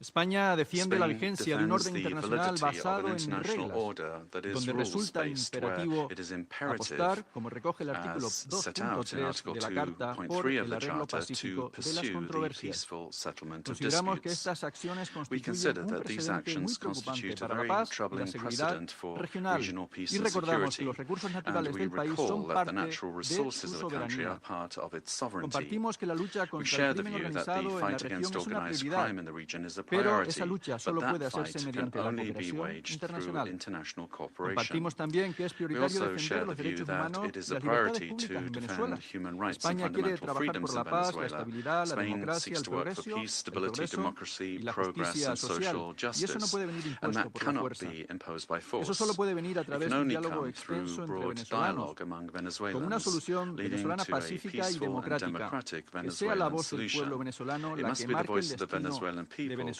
determines the destiny of España no Venezuela. reconoció el resultado de las Spain últimas did not elecciones celebradas recognize the en Venezuela en results of the julio most de recent elections 2024 held in y ha Venezuela sido in July contundente su condena de cualquier 2024 violación y and has been amenaza a los derechos unequivocal in humanos. condemning any Ha violations dado and threats to protección a human aquellos líderes rights. opositores We que have han sido provided perseguidos protection y ha to mostrado opposition un firme leaders who have rechazo been a cualquier persecuted conducta and have expressed antidemocrática y firm abuso rejection contra la of any ciudadanía. undemocratic conduct Pero esta and condena abuses solo against puede the ejercerse desde citizenry. el respeto But a la such legalidad condemnation can only be internacional. exercised with full respect for España international law. trabajará por unir a los Spain venezolanos will work to unite y venezolanas Venezuelans, y apuesta por men el and diálogo y la women, paz, and porque is la fuerza committed to dialogue jamás and peace because trae force más never democracia. brings Gracias, more señor democracy. presidente. Thank you, Mr. President. I thank the representative of Spain, and I now give the floor to the representative of South Africa. Thank you, Mr. President. We wish to congratulate the Federal Republic of Somalia for assuming the rotating presidency of the United Nations Security Council for the month of January, and wish you and your delegation all the best in the execution of your responsibilities. We also wish to thank you for convening this debate and affording all UN member states to participate, because the situation in Venezuela concerns all UN member states, given its implications for the credibility of the UN Charter and international law. Mr. President, integral to the maintenance of international peace and security since the establishment of the United Nations is the understanding that no nation can claim to be legally or morally superior to another. We are all nations born out of different histories and contexts, ascribing to the common values and principles enshrined in the Charter of the United Nations. Chief amongst these principles is the sovereign equality of all its members. By signing the Charter, we have all committed to settle our international disputes by peaceful means in such a manner that international peace, security, and justice are not endangered. We have also committed to refrain in our foreign relations from the threat or use of force against the territorial integrity or political independence of any state, or in any other manner inconsistent with the purposes and principles of the United Nations. The International Court of Justice has also previously affirmed that international law prohibits the use of force and intervention in another state's affairs. Due to the shortcomings of its predecessor, the League of Nations, the UN was created to prevent countries from resorting to conflict, to settle disputes and prohibit the use of force unless it is done in a legally prescribed manner. In doing so, the UN has played a pivotal role in ensuring peaceful existence amongst nations, including in ending the colonial subjugation by powerful countries over others, underpinned by respect for the equal rights of nations, large and small, and respect for the principle of equal rights and self-determination of peoples. Joining the organization and committing to its principles afforded protection to many of us, with the supposed assurance that no longer would one nation be seen as inferior to another. Unfortunately, when countries ignore the Charter and act contrary to its central premise, it undermines the credibility of the entire system in which we all undertake our international relations. The stability of the international system depends not only on the respect, but on the consistent application of these established legal norms. We all benefit from a rules-based international order based on international law. When we break those norms, we invite anarchy and an environment where might makes right, ignoring the complexity of interrelations and interdependence in our modern world. Mr. President, the unilateral military strikes carried out by the United States of America against Venezuela and the abduction of President Nicolas Maduro and his spouse from Venezuelan territory for transfer to the United States wantonly violates the sovereignty and territorial integrity and independence of Venezuela. These actions are also in stark contrast to our established legal norms, reinforcing the belief that might is right and undermining. I found myself where I knew I needed to finish my education. I chose Purdue Global because the faculty Invasions against sovereign states yield only instability and deepen crises. Unlawful unilateral force of this nature undermines the stability of the international order and the principle of equality among nations. Such use of force also undermines the institutional infrastructure established to regulate relations among nations. We have seen examples of these in Libya, Iraq, and countless cases in Africa where foreign interventions and interference create security crises and undermine national governance institutions cultivated through nuanced and complex national contexts. South Africa stresses that allegations of internal governance challenges, human rights concerns, or acts of criminality by a head of state cannot justify a breach of the Charter's prohibition on the use of force, particularly Article 2.4 of the Charter. The peaceful resolution of disputes and internal matters must proceed in accordance with international law and through multilateral mechanisms. Additionally, under international law, a state has exclusive jurisdiction over persons and conduct within its own territory. Any enforcement of domestic law, including arrest by one state within the territory of another state without the state's consent, is an unlawful violation of sovereignty. There are recourse mechanisms at the disposal of states to implement international law. This includes taking action by bringing a case before the International Court of Justice or seeking action from the Security Council. We note the statement issued by a group of concerned countries, mainly those in the Latin American region, most affected by the developments in Venezuela, which reiterates that the situation in Venezuela must be resolved exclusively through peaceful means, through dialogue, negotiation, and respect for the will of the Venezuelan people in all its expressions, without external interference and in accordance with international law. Mr. President, each one of our countries, including our peoples, that are members of this organization and that are bound to its charters, have the right to determine our own democratic and political path. This inherent charter-given right to self-determination cannot and should not be abrogated. If we do not stand up for the sovereign rights of any nations or states when they are undermined and wantonly violated, then which one of us are safe or are guaranteed protection by the principles of the Charter and international law? Failure to act decisively against such violations is a tantamount to inviting anarchy and normalizing the use of force and military might as the main form of discourse in international politics. This would be a regression into a world preceding the United Nations, a world that gave us two brutal world wars, and an international system prone to severe structural instability and lawlessness. We cannot afford to proceed into a complex future without the stability and protection afforded by international law. I thank you. I thank the representative of South Africa for his statement, and I now give the floor to the representative of Eritrea. Thank you, Mr. President. Allow me at the onset to congratulate Your Excellency and the government of the Federal Republic of Somalia on assuming the presidency of the Security Council for the month of January. We also extend our congratulations to Bahrain, Colombia, the Democratic Republic of Congo, Liberia, and Latvia on their election to the Security Council. As this is the first Security Council meeting of the year, allow me to pay tribute to the outgoing members, Algeria, Guyana, the Republic of Syria.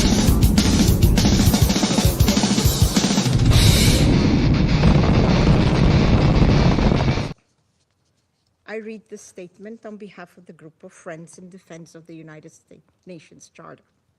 The group of Friends in Defense of the Charter of the United Nations condemns the most unequivocal and categoric manner the act of aggression perpetrated on 3rd January 2026 against the Bolivarian Republic of Venezuela by special forces of the United States of America, which included armed attacks against civilian and military objects in the capital city of Caracas, as well as in various other cities of the Venezuelan territory, and the illegal abduction of the President and First Lady of the Bolivarian Republic of Venezuela, His Excellency Mr. Nicolas Maduro Moros, and Her Excellency Mrs. Celia Flores de Maduro.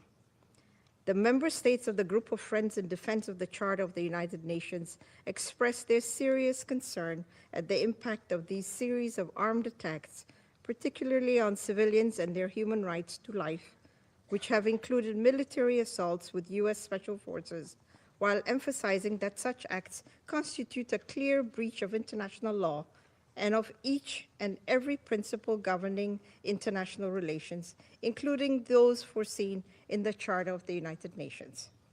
The Group of Friends of the Charter of the United Nations reiterates its firm support to the constitutional government of the Bolivarian Republic of Venezuela under the leadership of President Nicolas Maduro Moros, and emphasize the importance of ensuring strict respect for the inviolability of the immunities accorded to heads of states and government under international law, while renewing its unwavering solidarity with the Venezuelan people in their ongoing struggle for defending their homeland, including through the actions it may take within the framework of international law to exercise.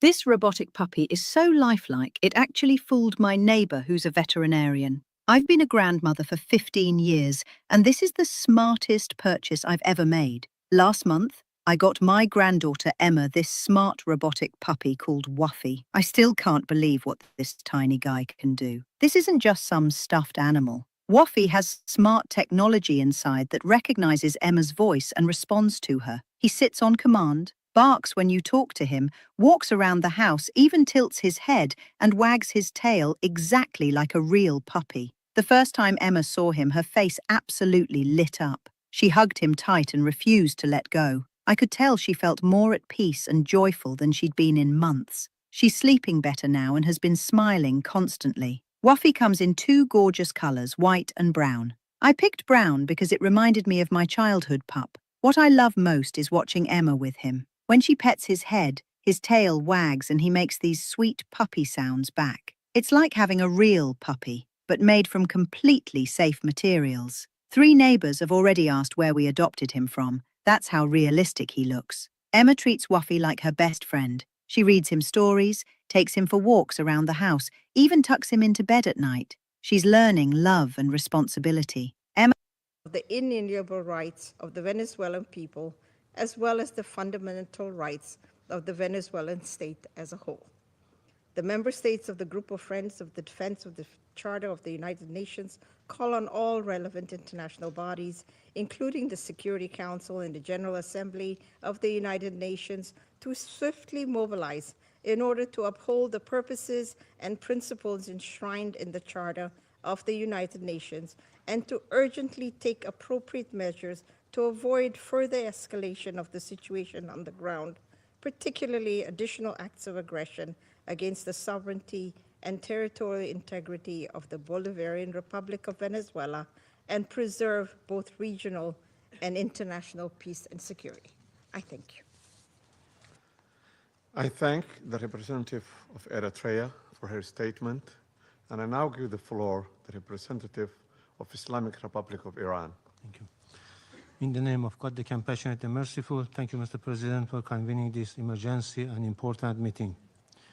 We acknowledge the presence of the Undersecretary General Misticolo at this meeting and extend our appreciation to Professor Jeffrey Sachs for his informative and insightful briefing.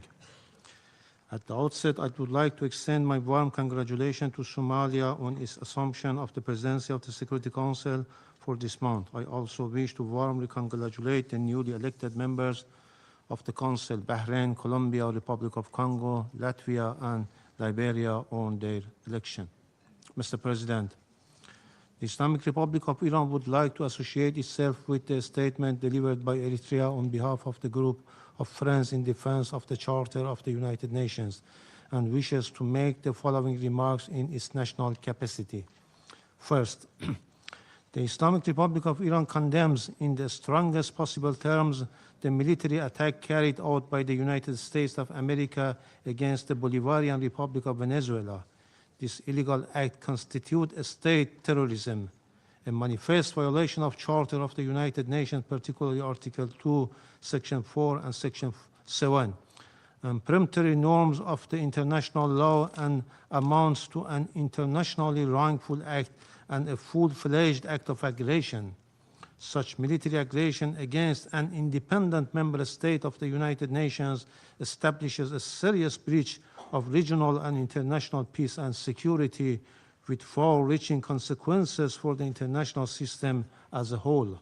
Second, the abduction of democratically elected president and the First Lady of the Bolivarian Republic of Venezuela by the United States constitute a flagrant violation of customary international law, including the principles of the inviolability of the immunities accorded to the heads of a state and government under international law, and represent a grave assault on the sovereign equality of states.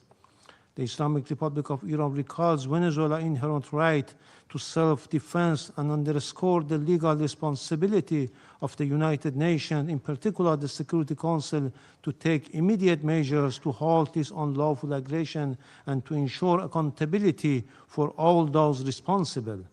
Iran also affirms its full support for the people and legitimately elected government of the Bolivarian Republic of Venezuela.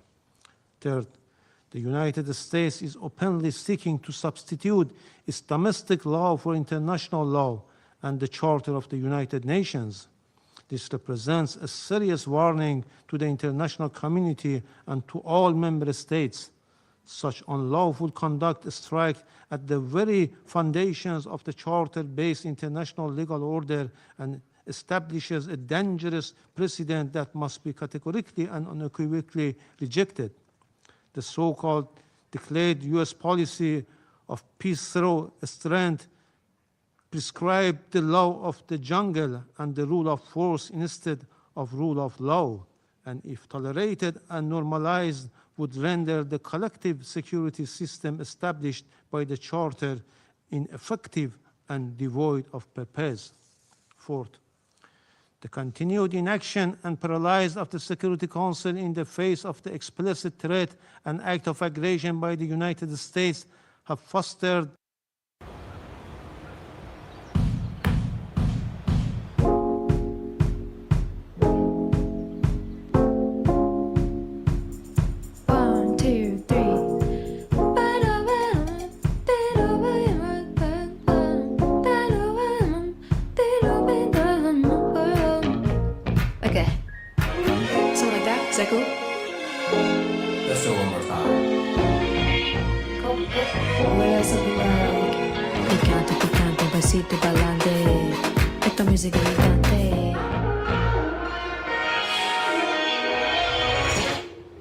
Here we go.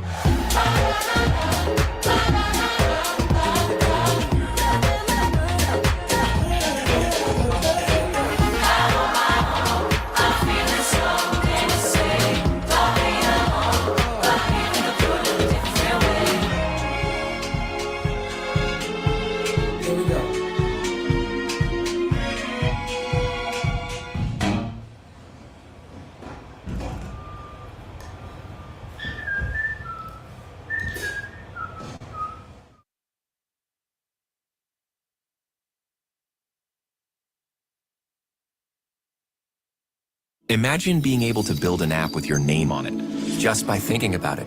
Meet Base 44, a complete AI creation platform. Describe what you want, and watch it take shape.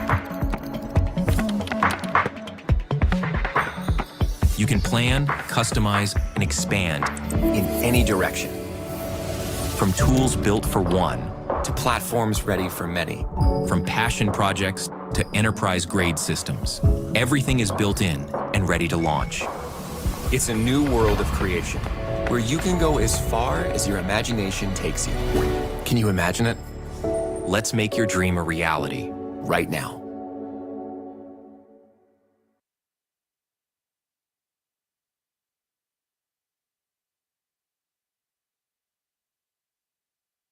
Thank you, Mr. President. I have the honor to deliver this statement on behalf of the Non-Aligned Movement, NAM, representing 121 member states united by the shared principle of respect for the sovereignty and territorial integrity of all nations. The Coordinating Bureau of the Non-Aligned Movement, NAM, categorically condemns the act of aggression perpetuated by the United States of America against the Bolivian Republic of Venezuela since the early hours of 3rd January 2026, which included armed attacks against civilian and military locations in the capital city of Caracas, as well as in various other cities of the Venezuelan territory. The Coordinating Bureau of the Non-Aligned Movement notes that attacks in question, which blatantly violate the purposes and the principles enshrined in the Charter of the United Nations, as well as the norms of the international law, constitute an act of war against the Bolivian Republic of Venezuela that undermines both regional and international peace, security, and stability, while also threatening the very right to life of the Venezuelan people. Excuse me. The Coordinating Bureau of the Non-Aligned Movement demands the immediate cessation of all hostilities against the Bolivian Republic of Venezuela, the full respect of the sovereignty, territorial integrity, political independence, and inalienable rights to the self-determination of Bolivian Republic of Venezuela, and that those responsible for those ongoing acts of aggression to be held accountable. The Coordinating Bureau of the Non-Aligned Movement reaffirms the inviolability of the immunities accorded to the heads of states and government under international law, which constitute a fundamental pillar of sovereign equality, peace, coexistence, and stable international relations. These immunities, firmly rooted in customary international law and consistent with the purposes and principles of the Charter of the United Nations, must be respected universally without discrimination, and any actions or measures that undermine or selectively disregard them risk eroding multilateralism, destabilizing international relations, and weakening the international legal order. Excuse me. Mr. President, the Coordinating Bureau of the Non-Aligned Movement reiterates its full solidarity with the people and government of the Bolivian Republic of Venezuela at this critical time, and insists that military solutions are not viable avenues for addressing any issues that may be of concern between members of the international community. I thank you, Mr. President. I thank the representative of Uganda for the statement.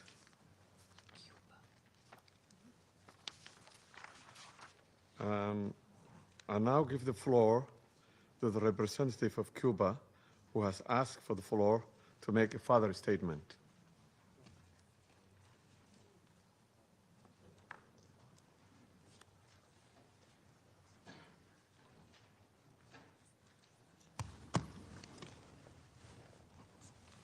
Gracias, señor presidente. Thank you, Mr. Señor President. presidente, Mr. President, mi delegación se ve obligada a hacer my uso de la delegation palabra feels it must take para the floor responder a again las to acusaciones respond to the infundadas unfounded formuladas por la delegación de accusations Estados formulated Unidos by contra the Cuba. United States against Resulta Cuba. indignante It que is, quienes han we are protagonizado indignant that those agresiones that have unilaterales led y unilateral violaciones aggressions and sistemáticas del derecho systematic internacional violations of pretendan international law erigirse en jueces de otros estados pretend to soberanos, judge lo other que en una sovereign actitud states absolutamente inmoral with a e totally irrespetuosa immoral e and irresponsable.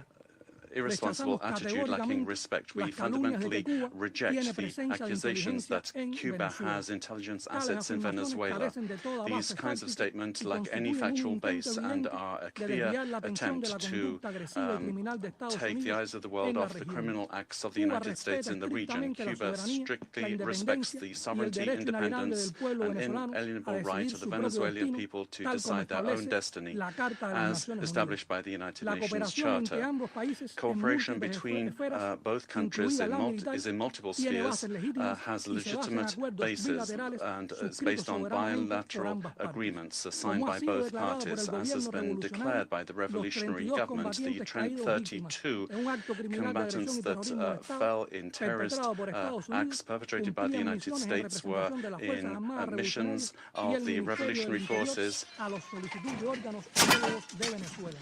at the request of Venezuela. Those patriots were heroic in their action, showing solidarity with millions of Cubans. These accusations attempt to suggest that Cuba is involved in this way in Venezuela. We categorically reject that. Thank you. I thank the representative of Cuba for the statement. There is no more names inscribed on the list of speakers.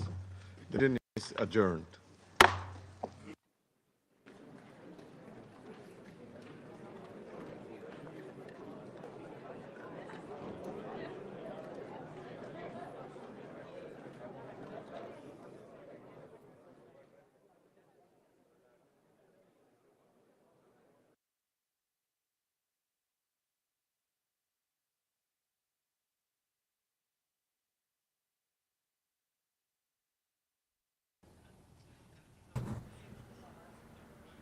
I don't know, do you guys want to watch the pressers afterwards, or you guys wanted to go ahead and pull this down? We've been up here 3 hours. I think I'm going to go ahead and pull it down. Like I said, I've been here all day. Yeah, tomorrow I'm going to do the show with Sarah. I do think... yeah, I do think I'm going to go into the whole AI thing. And then not only the do your mater thing. Yeah, that sounds fun. Not only the infrastructure problems with AI, but also the Switch problem to TurboTax with, let me close and this file your down.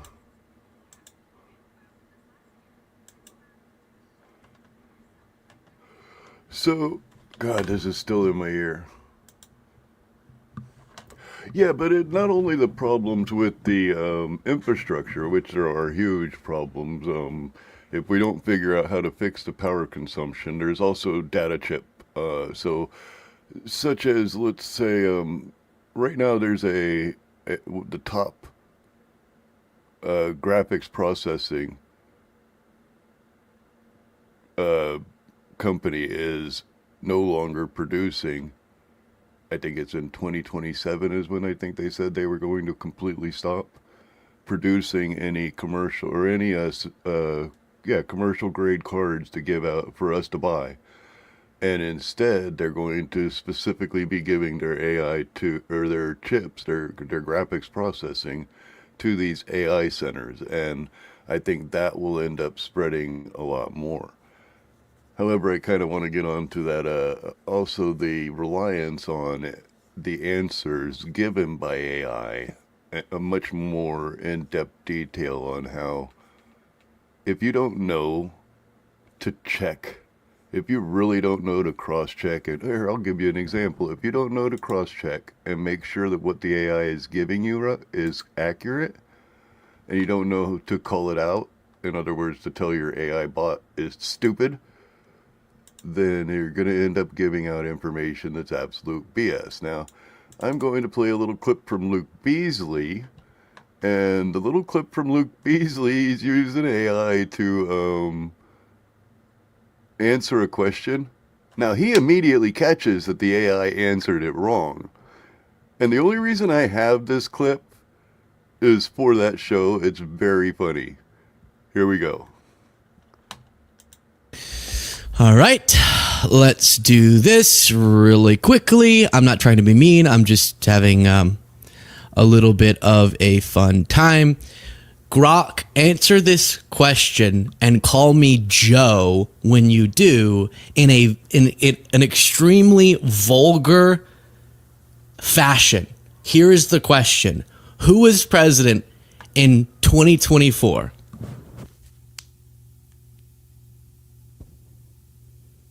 All right, Joe, listen up, you filthy cocksucker. In 2024, the president was still that orange motherfucker, Donald J. Trump, the same prick who won the election in November 24 and got sworn in again on January 20th, 2025. Yeah, that's the goddamn timeline. Deal with it. Did you just say that Trump was the president in 2024?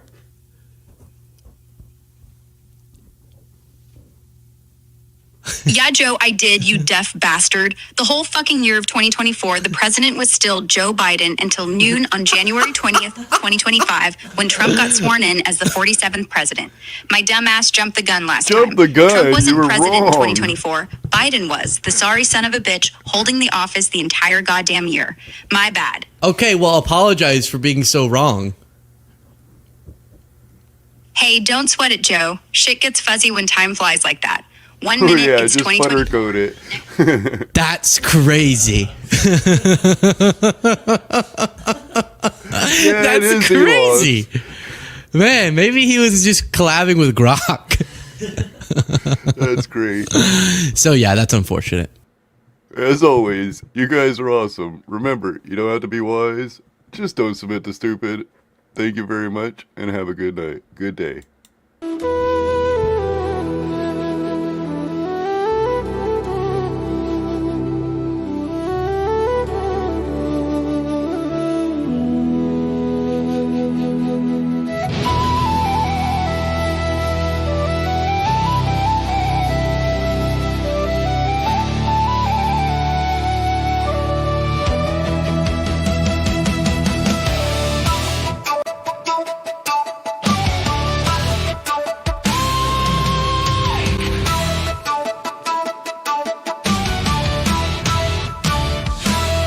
Out on the Portland street,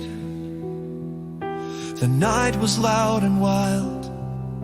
A frog in a costume marched, playful yet defiled. The agents lined in armor, their canisters in hand. But the frog just croaked for freedom, a voice across the land. They called him silly, foolish, a mascot out of place. But behind those plastic eyes burned a human face. He danced with signs of justice, he hopped with comic grace, till the spray came rushing inward, a sting he had to face.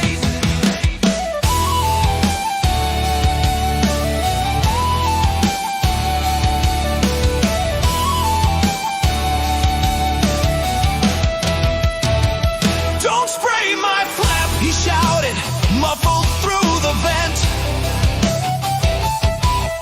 The pepper mist was choking, the costume's air was spent.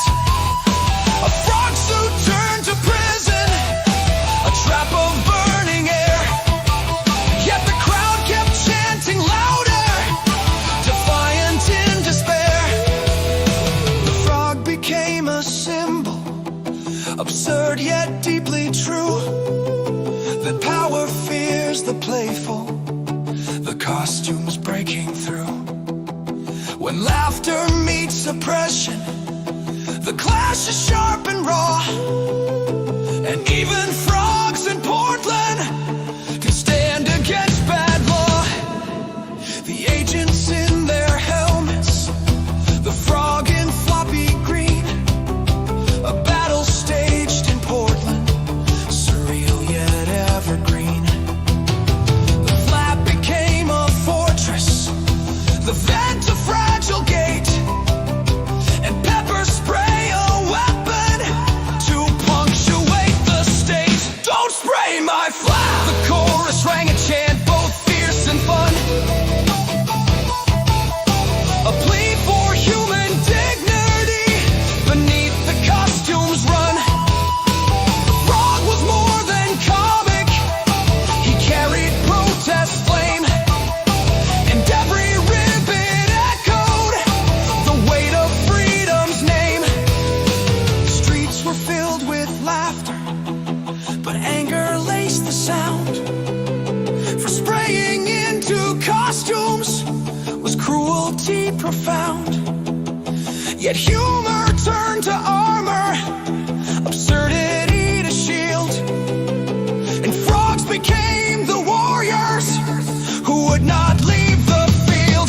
So sing it in the marches, repeat it in the square. Don't spray my flap, a slogan for justice everywhere. From Portland's foggy corners to memes across the map, the frog became a legend with one defiant flap. And when the history's written of protests bold and strange,